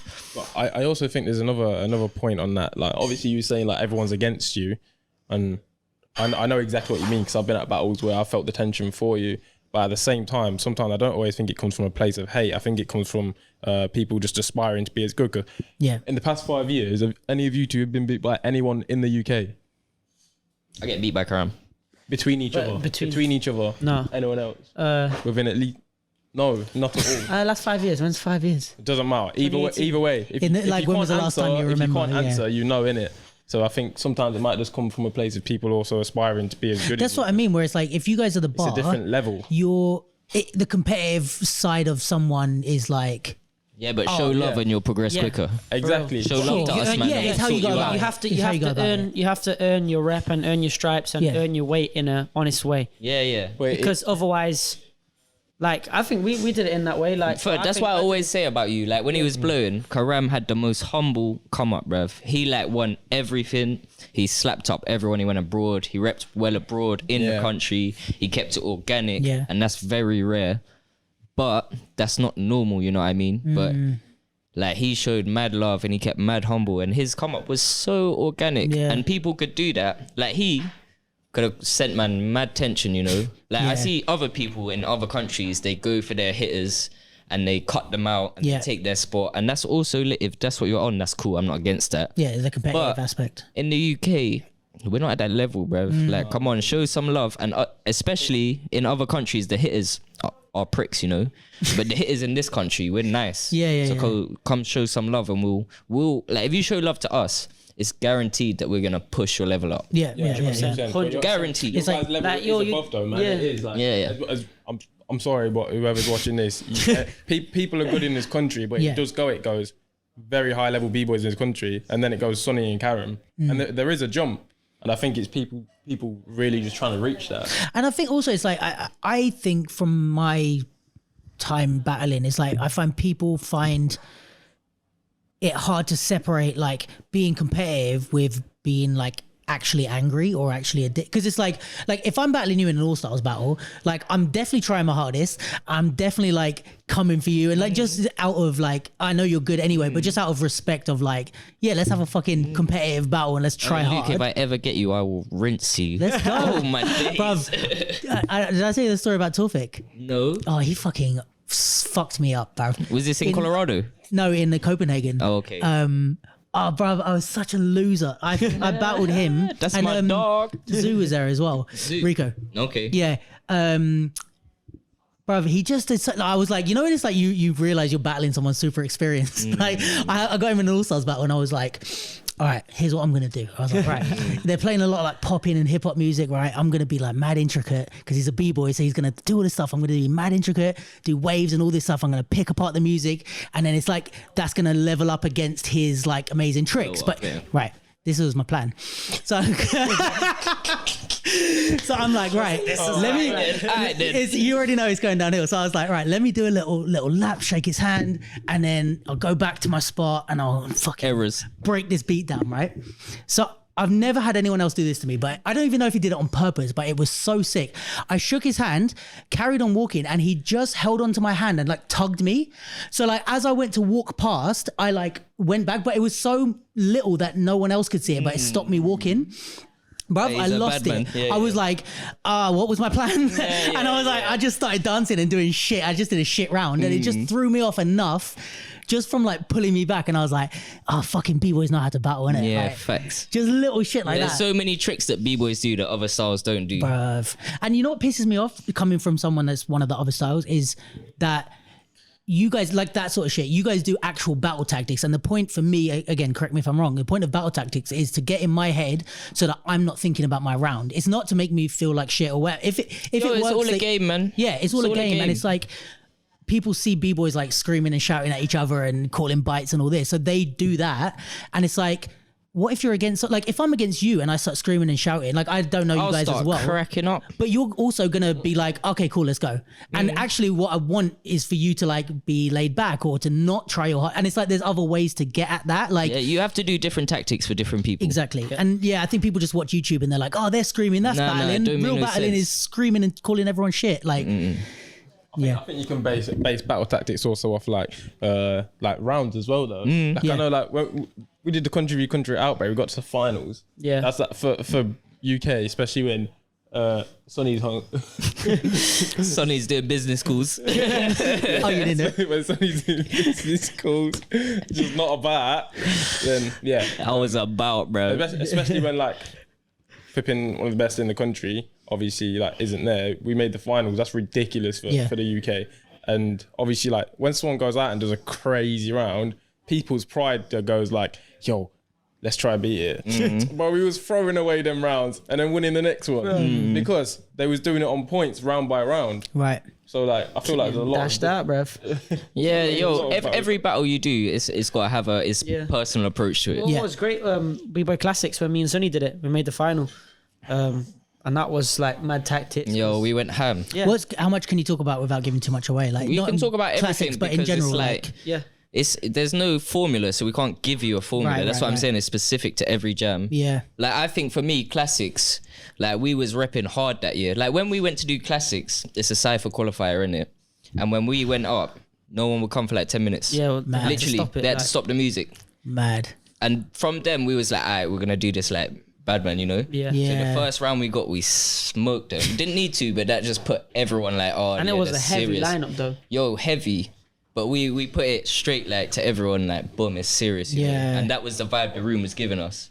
And that's also the thing is like if you know the people that you got to battle next are winning, are in the room. Sorry, like that first round, if you really knock it out of the park, then But it's we like also planned on the people and the personas that we're facing as well. Yeah, like, exactly. Like for example, this was 2018, so I was just getting my rep really. Like I was doing really well that year, to be fair, but I was still building like to where I am now, to like the content and stuff I have now. We'd size up who we had next and be like, all right, he'll go 2 rounds. Yeah, this time. because it's 2 rounds, 1 round as yeah, well. it's basically first to 3 until you get to the finals, and then So in a it's 2-on-2, 4 or you gotta 5. get 3 points. Yeah, That can be him do 2 rounds and me 1, or we can do 2-2. Maybe we'll shit, have to do because it doesn't. 5. You don't have to alternate. No, you don't. But you should, otherwise you're gonna Yeah. flop your second round. yeah. So But I'm just saying, some rounds he'll do 2, and some rounds he'll Right, I get what you're and saying. we fixed that in our head to be like, you can take this person 2 rounds. Yeah. Easier than I can take this person 1 round. yeah, So you yeah, do the yeah. 2 this time. Yeah. I'll do the 1, and then so on Makes and so sense forth. for you to go twice next battle. Yeah. Even stuff I feel like people miss, which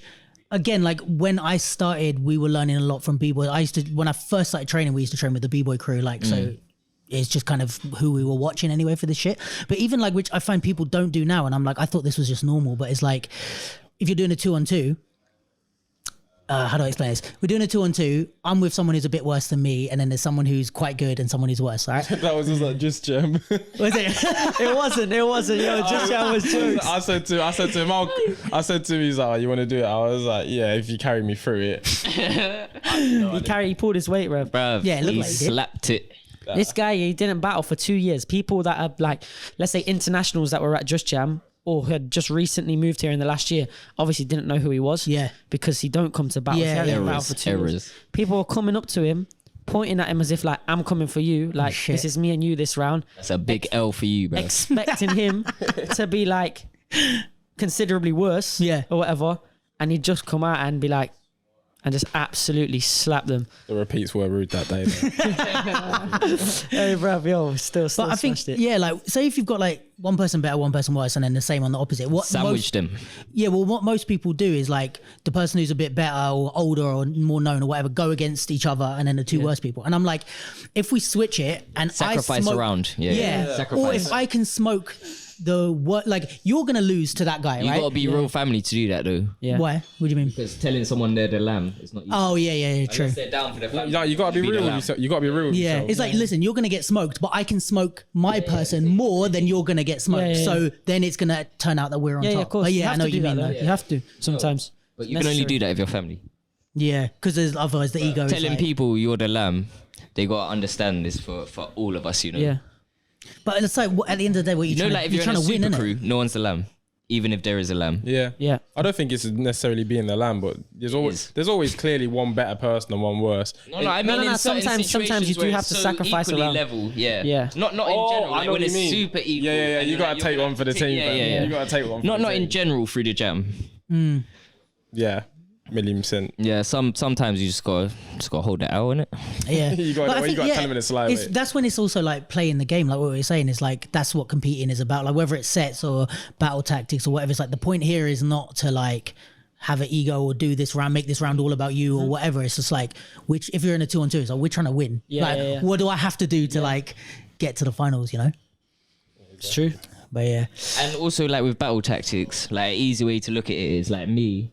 If I'm battling someone soft, I'll just stick it on them, you know. If I'm battling someone that's like on stuff, I'll just tell them, yo, keep going, keep going, keep going. Like, you're killing it, keep going. And they'll be like, yeah, yeah. And they'll keep going until they crash. Yeah. And then it's a wrap, you know. You're but if I was right. rude to them, they'll blow, you know. Like, there's certain people I see, but I would say nothing to rile them up. I'll be like, yo, you got this, man. yeah. You got this. Until they crash. Yeah, that's what, because it's like some people, which is such an obvious thing, but it's like some people battle better when they're angry. Yeah. Like, and they need There's that. some people you do not want to piss off. Yeah.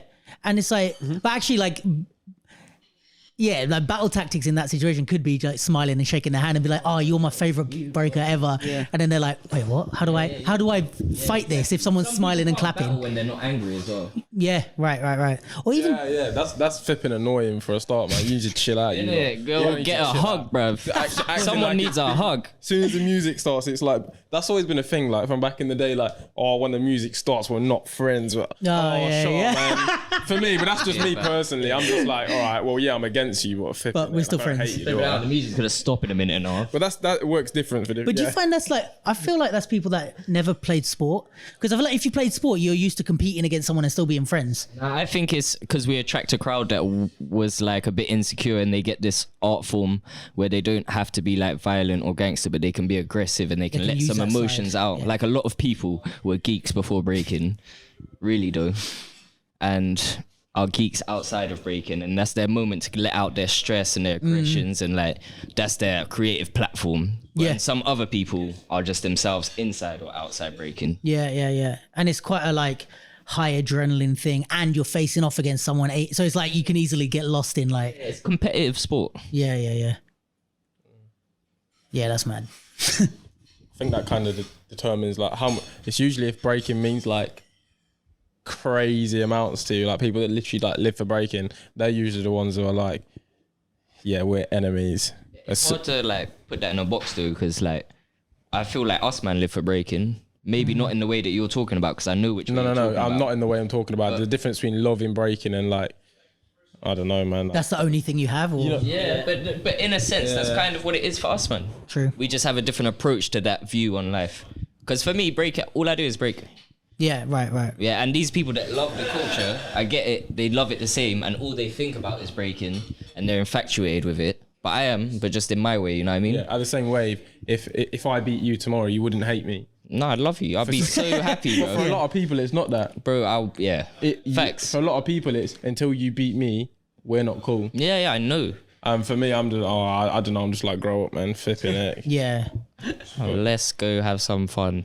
But Literally. do you also think like this is something that Jenny says a lot, but like that some people's dance, like it's like their actual dance is like paired with who they are. Yeah. So it's like your people outside of, like you said, you like to take time out of breaking. Yeah. But it's like if your dance is who you are, and then someone says, "Oh, Karam's better than you at that thing," it's like Karam's better than me as a. Do you know what I mean? It's like you could smoke me in a battle, but I'm still like I'm still confident in who I am as a I think that's person. the best way to put it. Yeah. That's the best way to put it. Yeah, because it's like I think you get that everywhere. Like even with like people that do theatre or something, if you talk about the piece and give it criticism or something, they're like, That was it's my like, soul. yeah, it's like, and I get it, maybe even I get it more with theatre where you're delving into like deep Yeah, definitely. things, but it's like it can be separate, at least in that way. Otherwise, how are you ever going to take criticism or lose a battle? And you know what the worst thing about that is, when you beat someone, it's not actually your fault. You should get mad at the judges. bruv, I'm Like so. if I smoke you, like relax in it. I didn't choose for me. Do you know what I've had the last 2 or 3 times I've battled, because I just started kind of doing popping more seriously, but like you guys must get this all the time, but like people came up to me and said to me that they think they beat me when Yeah. I won, and I'm like, So what? cool, but I didn't vote. Like, what do you want What from do me? you I want to just say? danced. Like, What do you want me to say, that you beat me? You're Yeah, out I'm of your sorry. mind, bro. You're sick, bro. because at the end of the day, it's like I don't care who I Yeah, thought they won. want validation. Yeah, right. Insecurity. Get Like, out of here. did I actually beat you? If he says, yeah, you beat me, then, oh yeah, I actually did. Because realistically, you wouldn't ask the question if you knew the answer. Yeah. You know what I mean? And I get it if you're a judge. Like if I've judged and someone goes, oh, I think I won that battle, valid. And That's I'm your like, point. cool, let's Yeah, talk yeah. about it. Here's my reasoning, blah, blah, blah. But if I'm competing, it's like, oh, I think I won. It's like, well, I don't know what to say to you. But yeah, but like you guys do you get that a lot even if it's not true?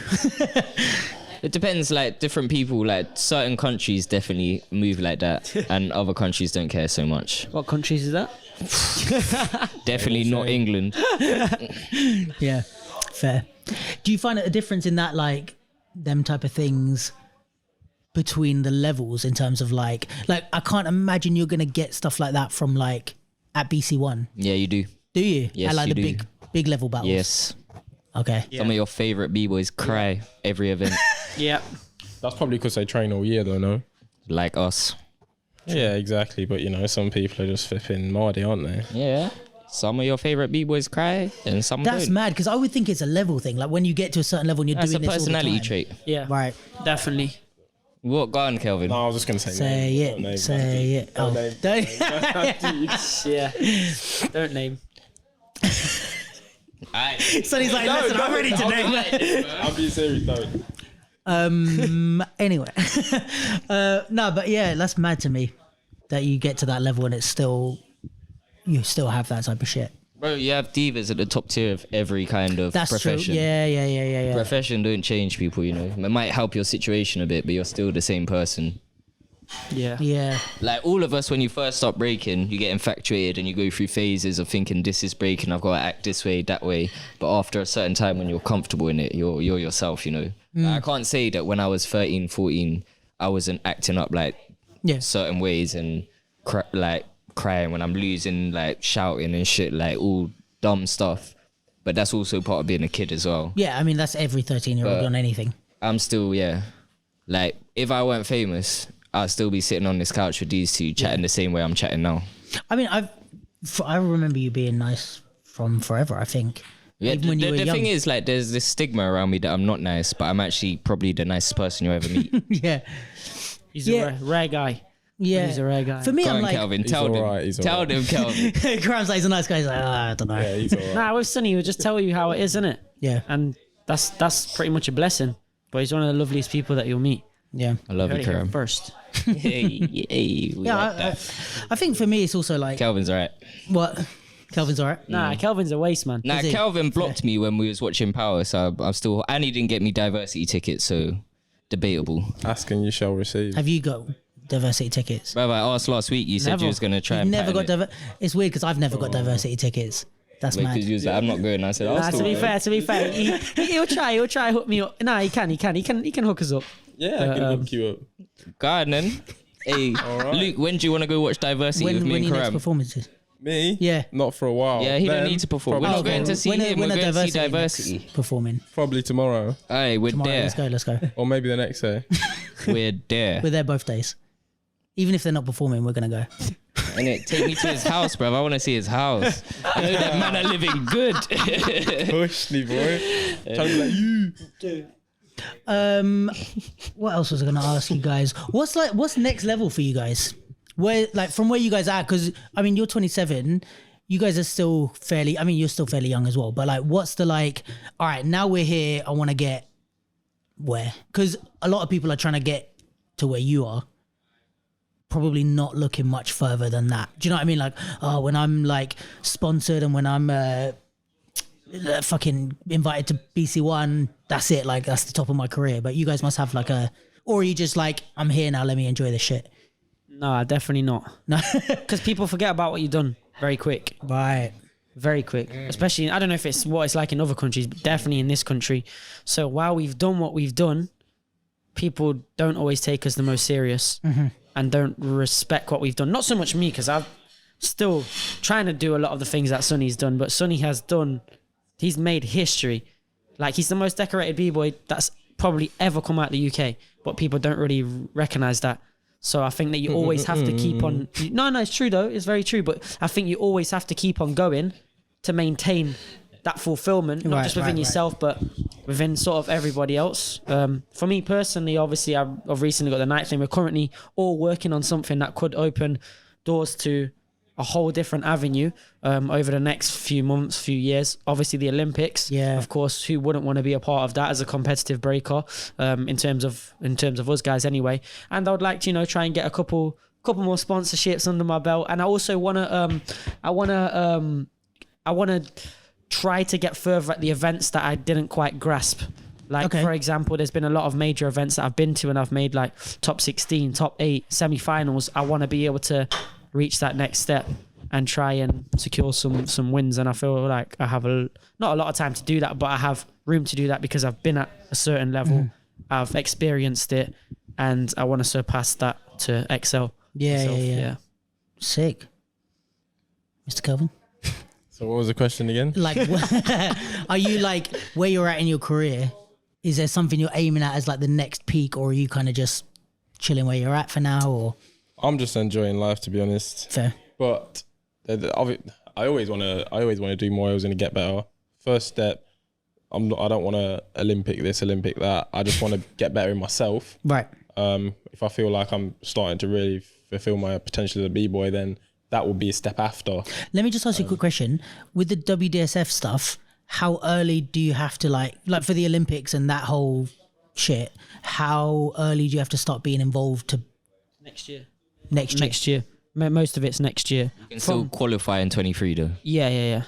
In 24, sorry. Yeah. Still opportunity. There's still open spots in 24. Yeah. Oh, okay. But a lot of it will happen next year, and internal stuff within the country. The regional stuff will happen next year, and then there'll be a few open spots. Right. Yeah, so that will be the step. That will be a step after. Yeah. For me right now, I've really started to enjoy breaking again. It's been a while, to be honest. I've always enjoyed it, but it's different, like creating and stuff. Like I'm starting to find my flow again. Yeah, man. So that will be the step after. I really enjoy the diversity shows. I don't plan on stopping doing them. You gonna as long as it goes. Choreograph more or anything like that, or 100%. One of my goals for this year in general wasn't just breaking, but it was just to make more use of my time. Oh, okay. Because I'm not constantly working. There's a lot of stuff I can do. Recently, I wanted to take a step into acting. Sick. And opportunities recently came around as well. So just working on that. Just trying to do more. That's it, really. That's just baby steps in a lot of directions for me. Sick. Yeah, with me, like for me, I think it's like like how you see it, because I don't think I've made it. You know what I'm saying? Like I know it's hard to say that from an outside perspective, but honestly, with him, myself, I ain't bought a house.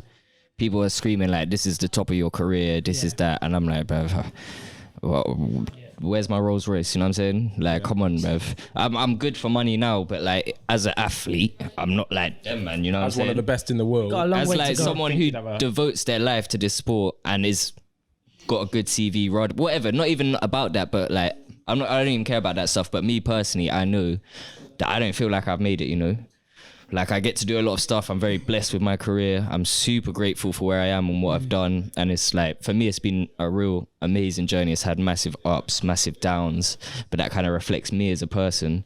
But like the same way, like I'm 27, I'm an older generation than these lot. And I know realistically I have less time, but I also know that this is a subjective thing. And if you want to say less time, you've got to say less time doing what? You know what I'm saying? True. Like for me, I ain't even touched on stuff I want to do in the scene. Like this battling stuff is a part of what I want to do with my platform and what I've been given and the talents that I have. And I'll maximize that. But when that's done, like I'm not gone, you know, I get to start a more exciting bit. Like for me, this is real exciting, but it's hard work. It's where I'm paying my dues and I'm really like putting in this grind right now. And then when I'm done with this competing stuff, I'll start doing stuff that actually matters, like foundations.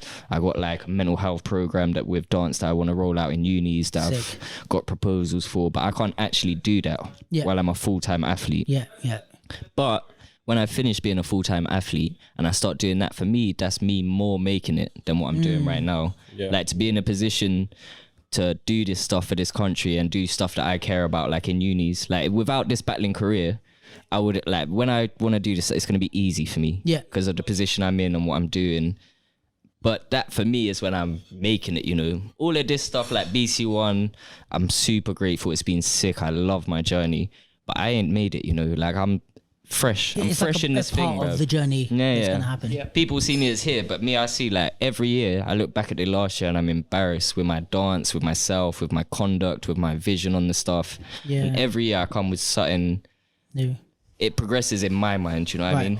Even if on the outside it looks like I've been here for like 5-6 years, whatever, and it's a steady wherever it is, it's not linear for me.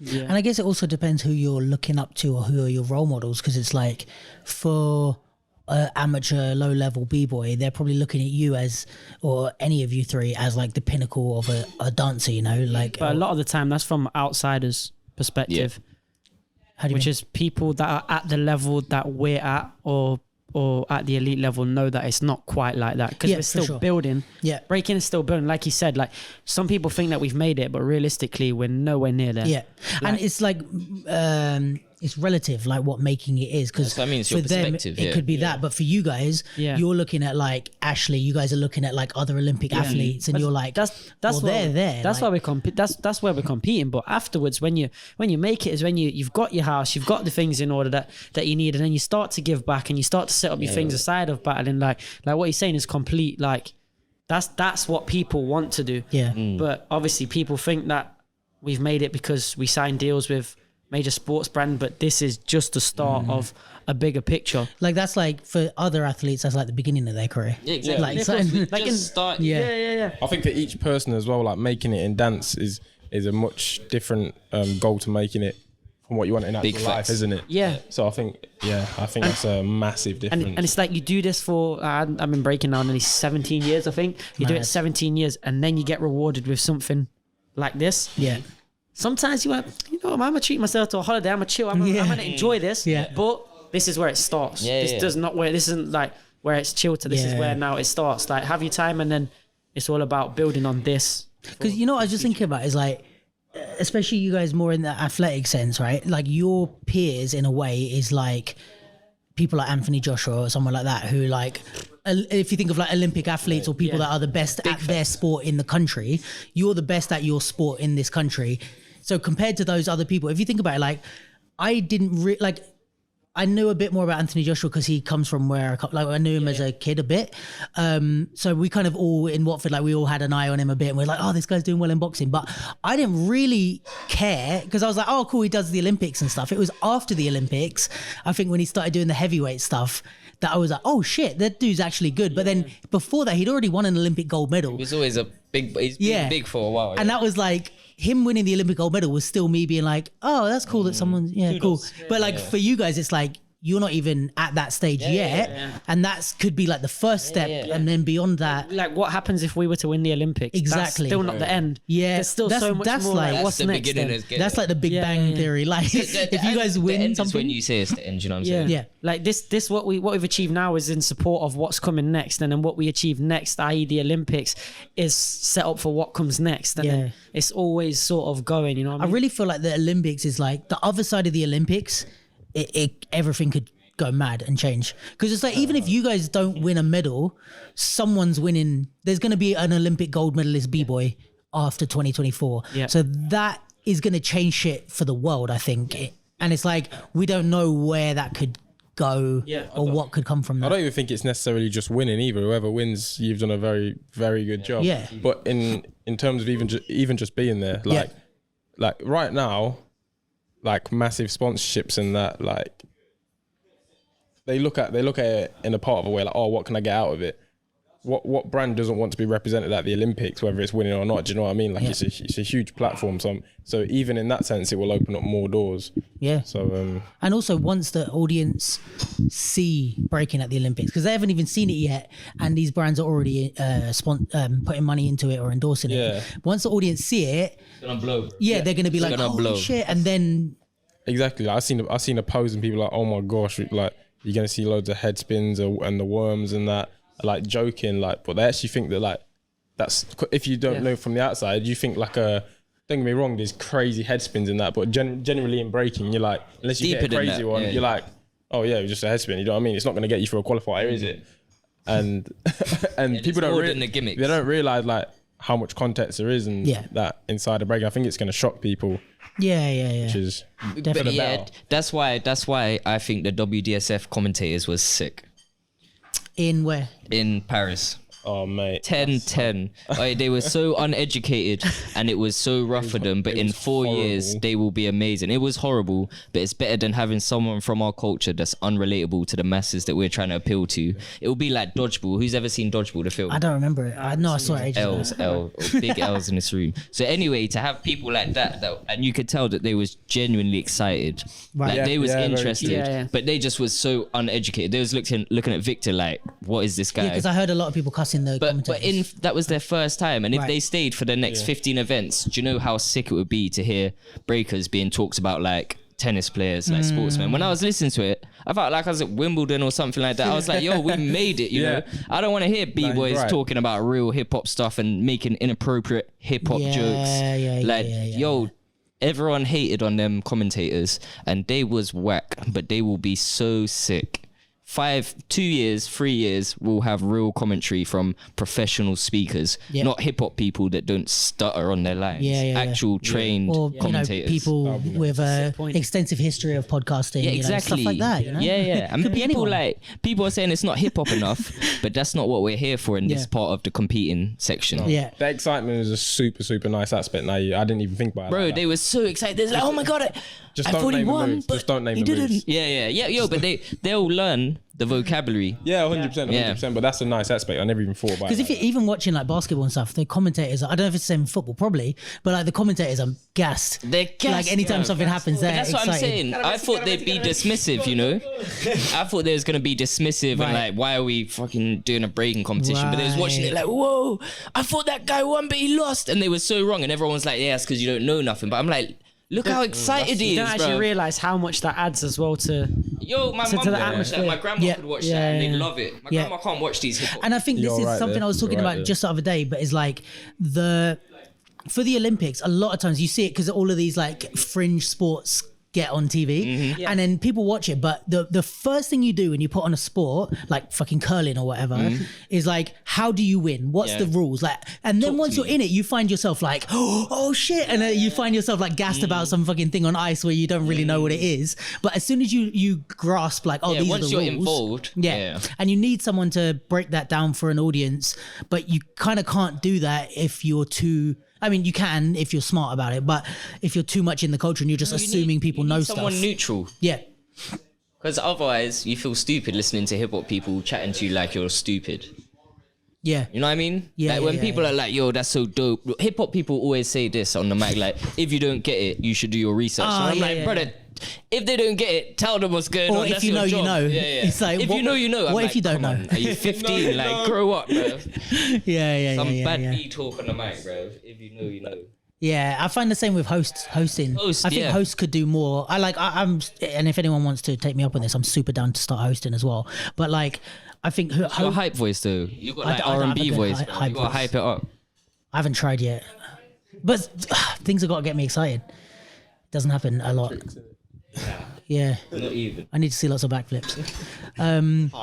But like hosts could also do, because it's like if you go to a jam, you also don't really know what's going on in real life sometimes, and you're like, even like the prelims, it's like, when was the last time you heard a host like explain what a prelim was?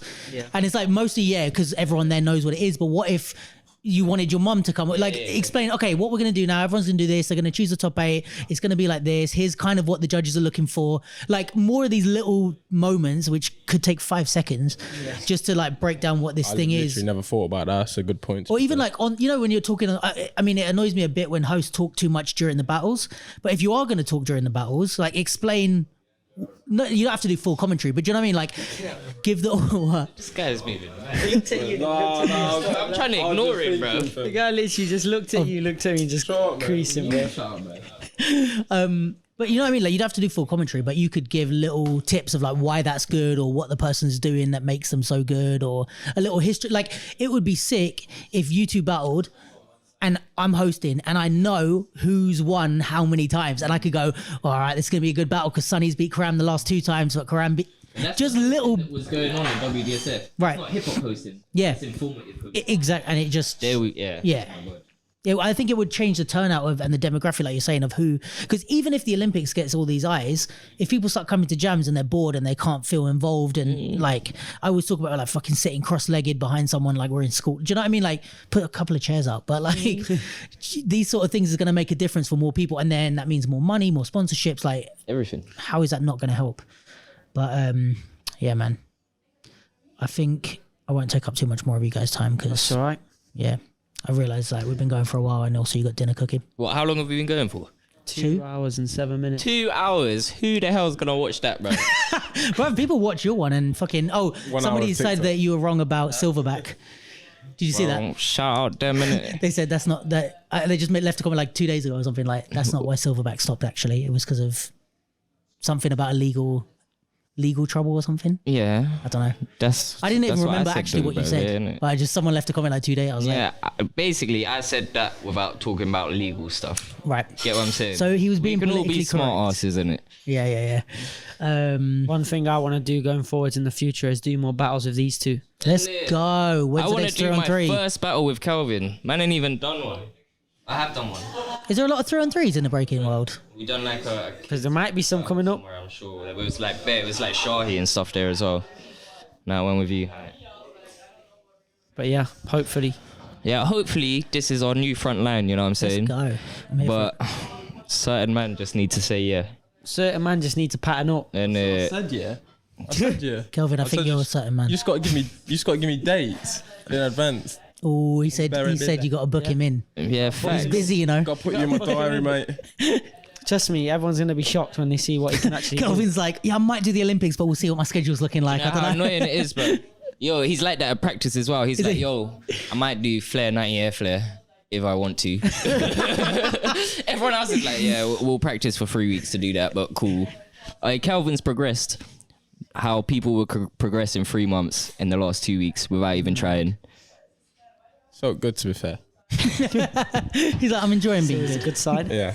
But it's different to what you can pull off in a battle. So Yeah, but you We'll don't see. even know because you don't do battles. we shall know soon. Let's go. All right. Definitely. Well, fucking super appreciate you guys taking the time. Yeah. Thanks a lot, having us, man. A lot. Massive always support for you guys. If there's anything I can do to help support, I always will. Love for what you guys are doing for the scene and the kind of opportunities that you guys are bringing in between the 3 of you. It's like there's a bunch between just the 3 of you that are bringing in, let alone all the other B girls and B boys that are doing dope shit. So yeah, man, like I don't know if I feel like I'm a bit too what's it called? Like not naive, but like I just always see the positive and stuff. But I'm just like sometimes if you look at it, like the scene is fucking sick, and we have so many dope people, and it's just like I'm like, this is cool. It's a cool like scene to be a part of. So Flipping dope scene, bro. yeah, man. It's a So dope scene. thanks for making it that way. And Shout out the new gen as well. Yeah, for real. yeah, Shout out the new gen. All power to you lot. yeah. There's a lot of in all the styles. Like there's a lot of dope people coming through, and yeah, definitely agree. I'll let the other styles talk for their styles, but I'm just talking about the new gen breakers. Shout out you, man. I'm going to innit? talk for hip hop and popping. I'm going to talk for hip hop and popping. There's a lot of good new gen people in hip hop and popping. Don't know about the other styles, but Hey, tell them to come travel because we're always out in I was different talking countries about this and the we other don't day, see man. no other Yeah, people. yeah. All the other stars are talking about why they ain't getting invites, but us man are always out of the country. And Harry's the only one that hollers me. Shout out Harry Popper. He's like, when you're out of the country, let me come and he'll be there, you know? But it's I feel like I feel like Harry's kind of my generation-ish, even though he's a lot younger. But like, we grew up with the thing of like, you got to go travel. And pay I your feel, dues. yeah, I do feel like a lot of the younger generation don't. But maybe it's because the But level's they higher. never saw the grind, though. A lot of the younger generation saw us just blowing in it, but like us, man, was whack for a long time and lost a lot of jams abroad before we got invites abroad. I was talking to someone the other day. I won't say who it is in case he doesn't want me to share it, but he was like feeling a bit of a way about losing to an international head in the UK, and I was like, you got to do that. Like that's part of it. And if you go travel, like most of the time you're going to lose until you get to a certain level, or even when you get to a certain level, you're still going to lose. But it's like, that's kind of the benefit of traveling. And then if you come home and smoke people from UK, fine. But like, People need to start aiming higher than the UK because the Yo. UK is just not enough. The UK is your foundation. Come on, man. People say to me, "Yo, man, I want to make the top 16 at BC1 UK. I want to be in the top 16 of the UK list every time. I want to be the best in the UK."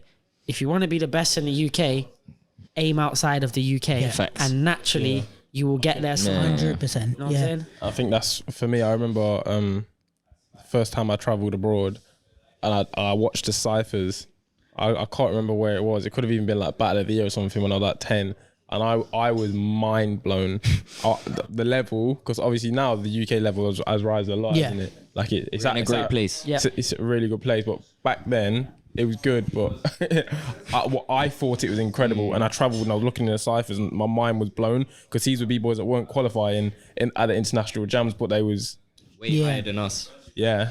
So yeah, and I think also that's not to say, like you said, that UK is in a great place. It's not to say the UK is shit, that the UK is not your bar, but it's just wherever you're from. If you're from Germany, Germany shouldn't be your bar. Like it should be the world scene. Like if you aim for the top of the world scene, like I do feel like that in the UK now. Like there's more of like people that just want to compete here as opposed to like people us just being want a to part be. of. People want to be the best in their area or their comfort zone. The best in their comfort zone, maybe. But I hear it so many times. I just want to be top 16 in the UK. I want to make this jam and make. No, but if you actually go to Outbreak or a big jam and you make the top 32 there, you're already considered in that bracket in this country. Yeah. But if you stay here and you get to the top of the UK and you're number one in the UK but never go outside the UK, somebody's always going to have one over on you because they go outside and earn their rep worldwide. You know what I'm saying? And if you travel, you come back inspired. Yeah. And a whole different. The first time I ever went to Outbreak when I was, I don't know, I was probably like 14 or something. And I came back and I was training just constant. Obviously it didn't translate, but you know what I mean. Like that, you get inspired mentally. So if you're feeling like a bit out of it or not inspired, I don't really want to train. Just hit up a jam for a weekend abroad. Yeah. And watch the level. And people say they don't make money, but it's so cheap. Yeah. It's not hard. And it's also priorities. Like I traveled. I was never like a good level, but like I traveled for maybe like 6 or 7 years. We used to always go to jams and stuff in different countries. I made a lot of my closest friends from stuff like that. And it's like, if you don't buy trainers, you know what I mean? Like some people, if you go for take money. away, you can travel. Yeah, it's not, especially if you're going like France or something. And we've got a huge, there's a huge scene in France and it's just there. You know how easy I used to do the coach overnight, 8-hour coach. Bruv, It was like £10. Yeah. We went Now to it's- Unbreakable for like, We went Unbreakable on a bus, slept on a concrete floor in a warehouse. and we won it. And we was all, people already thought we was famous then in UK, you know. But we were still doing that. That was like a few years ago. Yeah, it is the priority. And it's also like, 17 euros or something, isn't it? Yeah, but it was minor. But it's also the things you don't get, even beyond the reputation, but it's like you said about being inspired. It's like stuff you don't get here. Like we don't have that many huge events. Like some of these events that you guys are talking about are like big audience, big amount of competitors. We don't, like UK champs used to be pretty big. What else is there? Like we don't have that many big, even like BC1 UK is not that huge compared to BC1. I think it's more the fact like in UK at most you'll get like 2 international invites, but you can go to other events and they'll have 16 international invites. And the watching people, like I've seen you battle Bear in the UK, but then if I see you abroad and you're against other high level people, I'm seeing a different Sunni than I see at home. Yeah. So it's like if I see 16 B-boys all pushing themselves to a higher level than I do, you know what I mean? I'm even not as a B-boy, but I'm going to come back and be like... Even the fact that like in UK more time you're like, I got to beat these 2 people. But when you go abroad, you're like, I've got to beat everyone. Yeah, from top 16 to the finals is you got to be fire. It's different. And no matter who you are, for most, you know, like everyone. BC1 is like even fucking Victor's pulling out shit from the first round. But then that's why people have to be able to lose as well and accept that. Like people are scared to lose, especially within your own comfortability. People are very scared to lose. Like when you go out to those other countries and you've got 16 incredible B-boys or B-girls that you're going against, you're no longer afraid to lose. Yeah. So you can accept it and dance with freedom. As such, people need to realize, especially when they're on the come up, this is why I always, even now, I still think like that because I'm still always building. If I lose and I'm trying to do something and get somewhere, it's never a loss, it's a lesson. Yeah. Because it gives me more fury and more knowledge on how to do it better next time to win. Yeah. I think people just, I don't know, I think people don't look at that in the right way sometimes. And also the win isn't always the end goal. Like Yeah, of course. if you go overseas and it's your first battle, whatever, you get to the top 16, top 8, you do a sick round and you lose. Yeah. Our memories don't get erased. Like we still saw right. you in the top 8 killing it. Right. So when you come back or when you go to the next battle, it's still... Two of my best, like 3 of my best, like thingies, B-Boy Classics, World Finals, second place. We didn't win. I won the year after with no diamond, but that one was still the best one for me. Yeah. And even you said your prelim went viral, right? But not even that. Silverback, the same. I didn't win, but it was incredible. And Outbreak, one of my probably the best battle I've ever had was against Kuzia. And I won the first round, he won the second, and he won the third. And I'll never forget that moment because it was just that. Yeah. It's not always about win. It's more about the journey than the destination. But you can't be afraid of the loss or the negatives. And I think also it's a whole different game in different countries because people see it as like, all right, well, I'm not smoking everyone in the UK, so when I am, then I'll travel. But it's not that. Yeah, like it's a different thing. Like I used to do shit in popping, and I still did shit in popping when I traveled, but I did better because people here like they saw me do hip hop or whatever, so they were like, oh, your popping looks like your hip hop, or they wanted this, or they're used to like how Brooke does popping or whatever. I go to like Lil, and it's like they've never seen me before ever, so they're like, oh yeah, you're pretty good. That's and what it's I like was gonna say. it's just a whole different vibe, and you can enjoy it. People that haven't traveled yet have an advantage when they go to other countries because it's something refreshing. Yeah. And you have a level, like it's not like you're the beginner we were talking about earlier. It's like you're still good, they've just never seen you. Yeah, and the thing is, the art we're doing, it's subjective. So when you're always getting judged by the same people, you see it through the same eyes. But you go and you show the same piece of art to a new crowd, you get a whole different reaction, you get a whole response, you get a new inspiration, even just from that moment of giving your product to someone new and getting that. Maybe it's a boo that's going to inspire you. Like when I do stuff in UK, I know who's going to blow up. I know what I need to do to make the UK man like me. But I can do random stuff abroad and they'll go, ooh. Whereas in UK, they'll be like, why is he doing that? You know what I mean? And different countries, I think, again, you don't really know this unless you travel, but like different countries value different stuff. Facts. So it's like you're going to go, like I said, in Lil, some of the stuff I do, also I was really inspired by the Lil Poppers. So it makes sense that is there. But they were like, oh, you have really good this and that. And it's like, well, yeah, I stole it from you guys. But homage. Yeah, exactly. But it's like that stuff maybe isn't valued as much in the UK or in LA, or you know what I mean? It's like where, depending on where you go, you can be appreciated for different types of things and different parts of your dance. So I just think you just have to think bigger and everything will fall into place. Facts. If you don't travel, you don't know that UK is not the judging system. You know what I mean? You can only win one way if you only stay in this country, and then you go to other countries and you're like, oh, there's a whole new pattern. Yeah, and it's like in their country, if you just moved, you might feel that about their country. You'd be the guy. But if you're traveling around all the different countries, everywhere you go, it's fresh. So it's like you see a perfect example of when an international comes into this country and stays for a couple of months, and they go to a jam and it's like, yo, who that? Is that It's refreshing. You know what I'm saying? Yeah. So yeah, because you develop around different we have the people. same impact when we decide to go elsewhere for a little bit. Yeah. So everyone buy some plane tickets. Facts. Bus EasyJet. tickets. Or some bus tickets. Bus tickets. Just get out in it. Yeah. It's not even nice in this country right now, bruv. Come on, let's be serious. The scene or the country? The country. True. The people running it. Boo. Boo. All right. Well, let's wrap, and hopefully we could do this again sometime.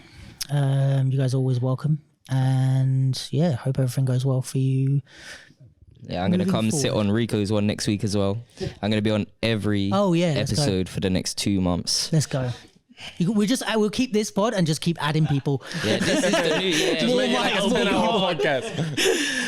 whole documentary. Oh, that'd be sick. Actually, cut that from the pod. I'm gonna do. All right, thanks guys. Nice. Thanks everyone for listening. Anytime. And let me just shout out my stuff. This is the Duke London podcast. I run a platform called The Capsule. Please check it out at thecapsule.ldn. We do a podcast every week talking about the UK scene and some topics around it. I do the podcasts with various different people, and you can find that all on The Capsule YouTube and Instagram. So check it out, and that's it. Thanks, guys. Peace. Bro.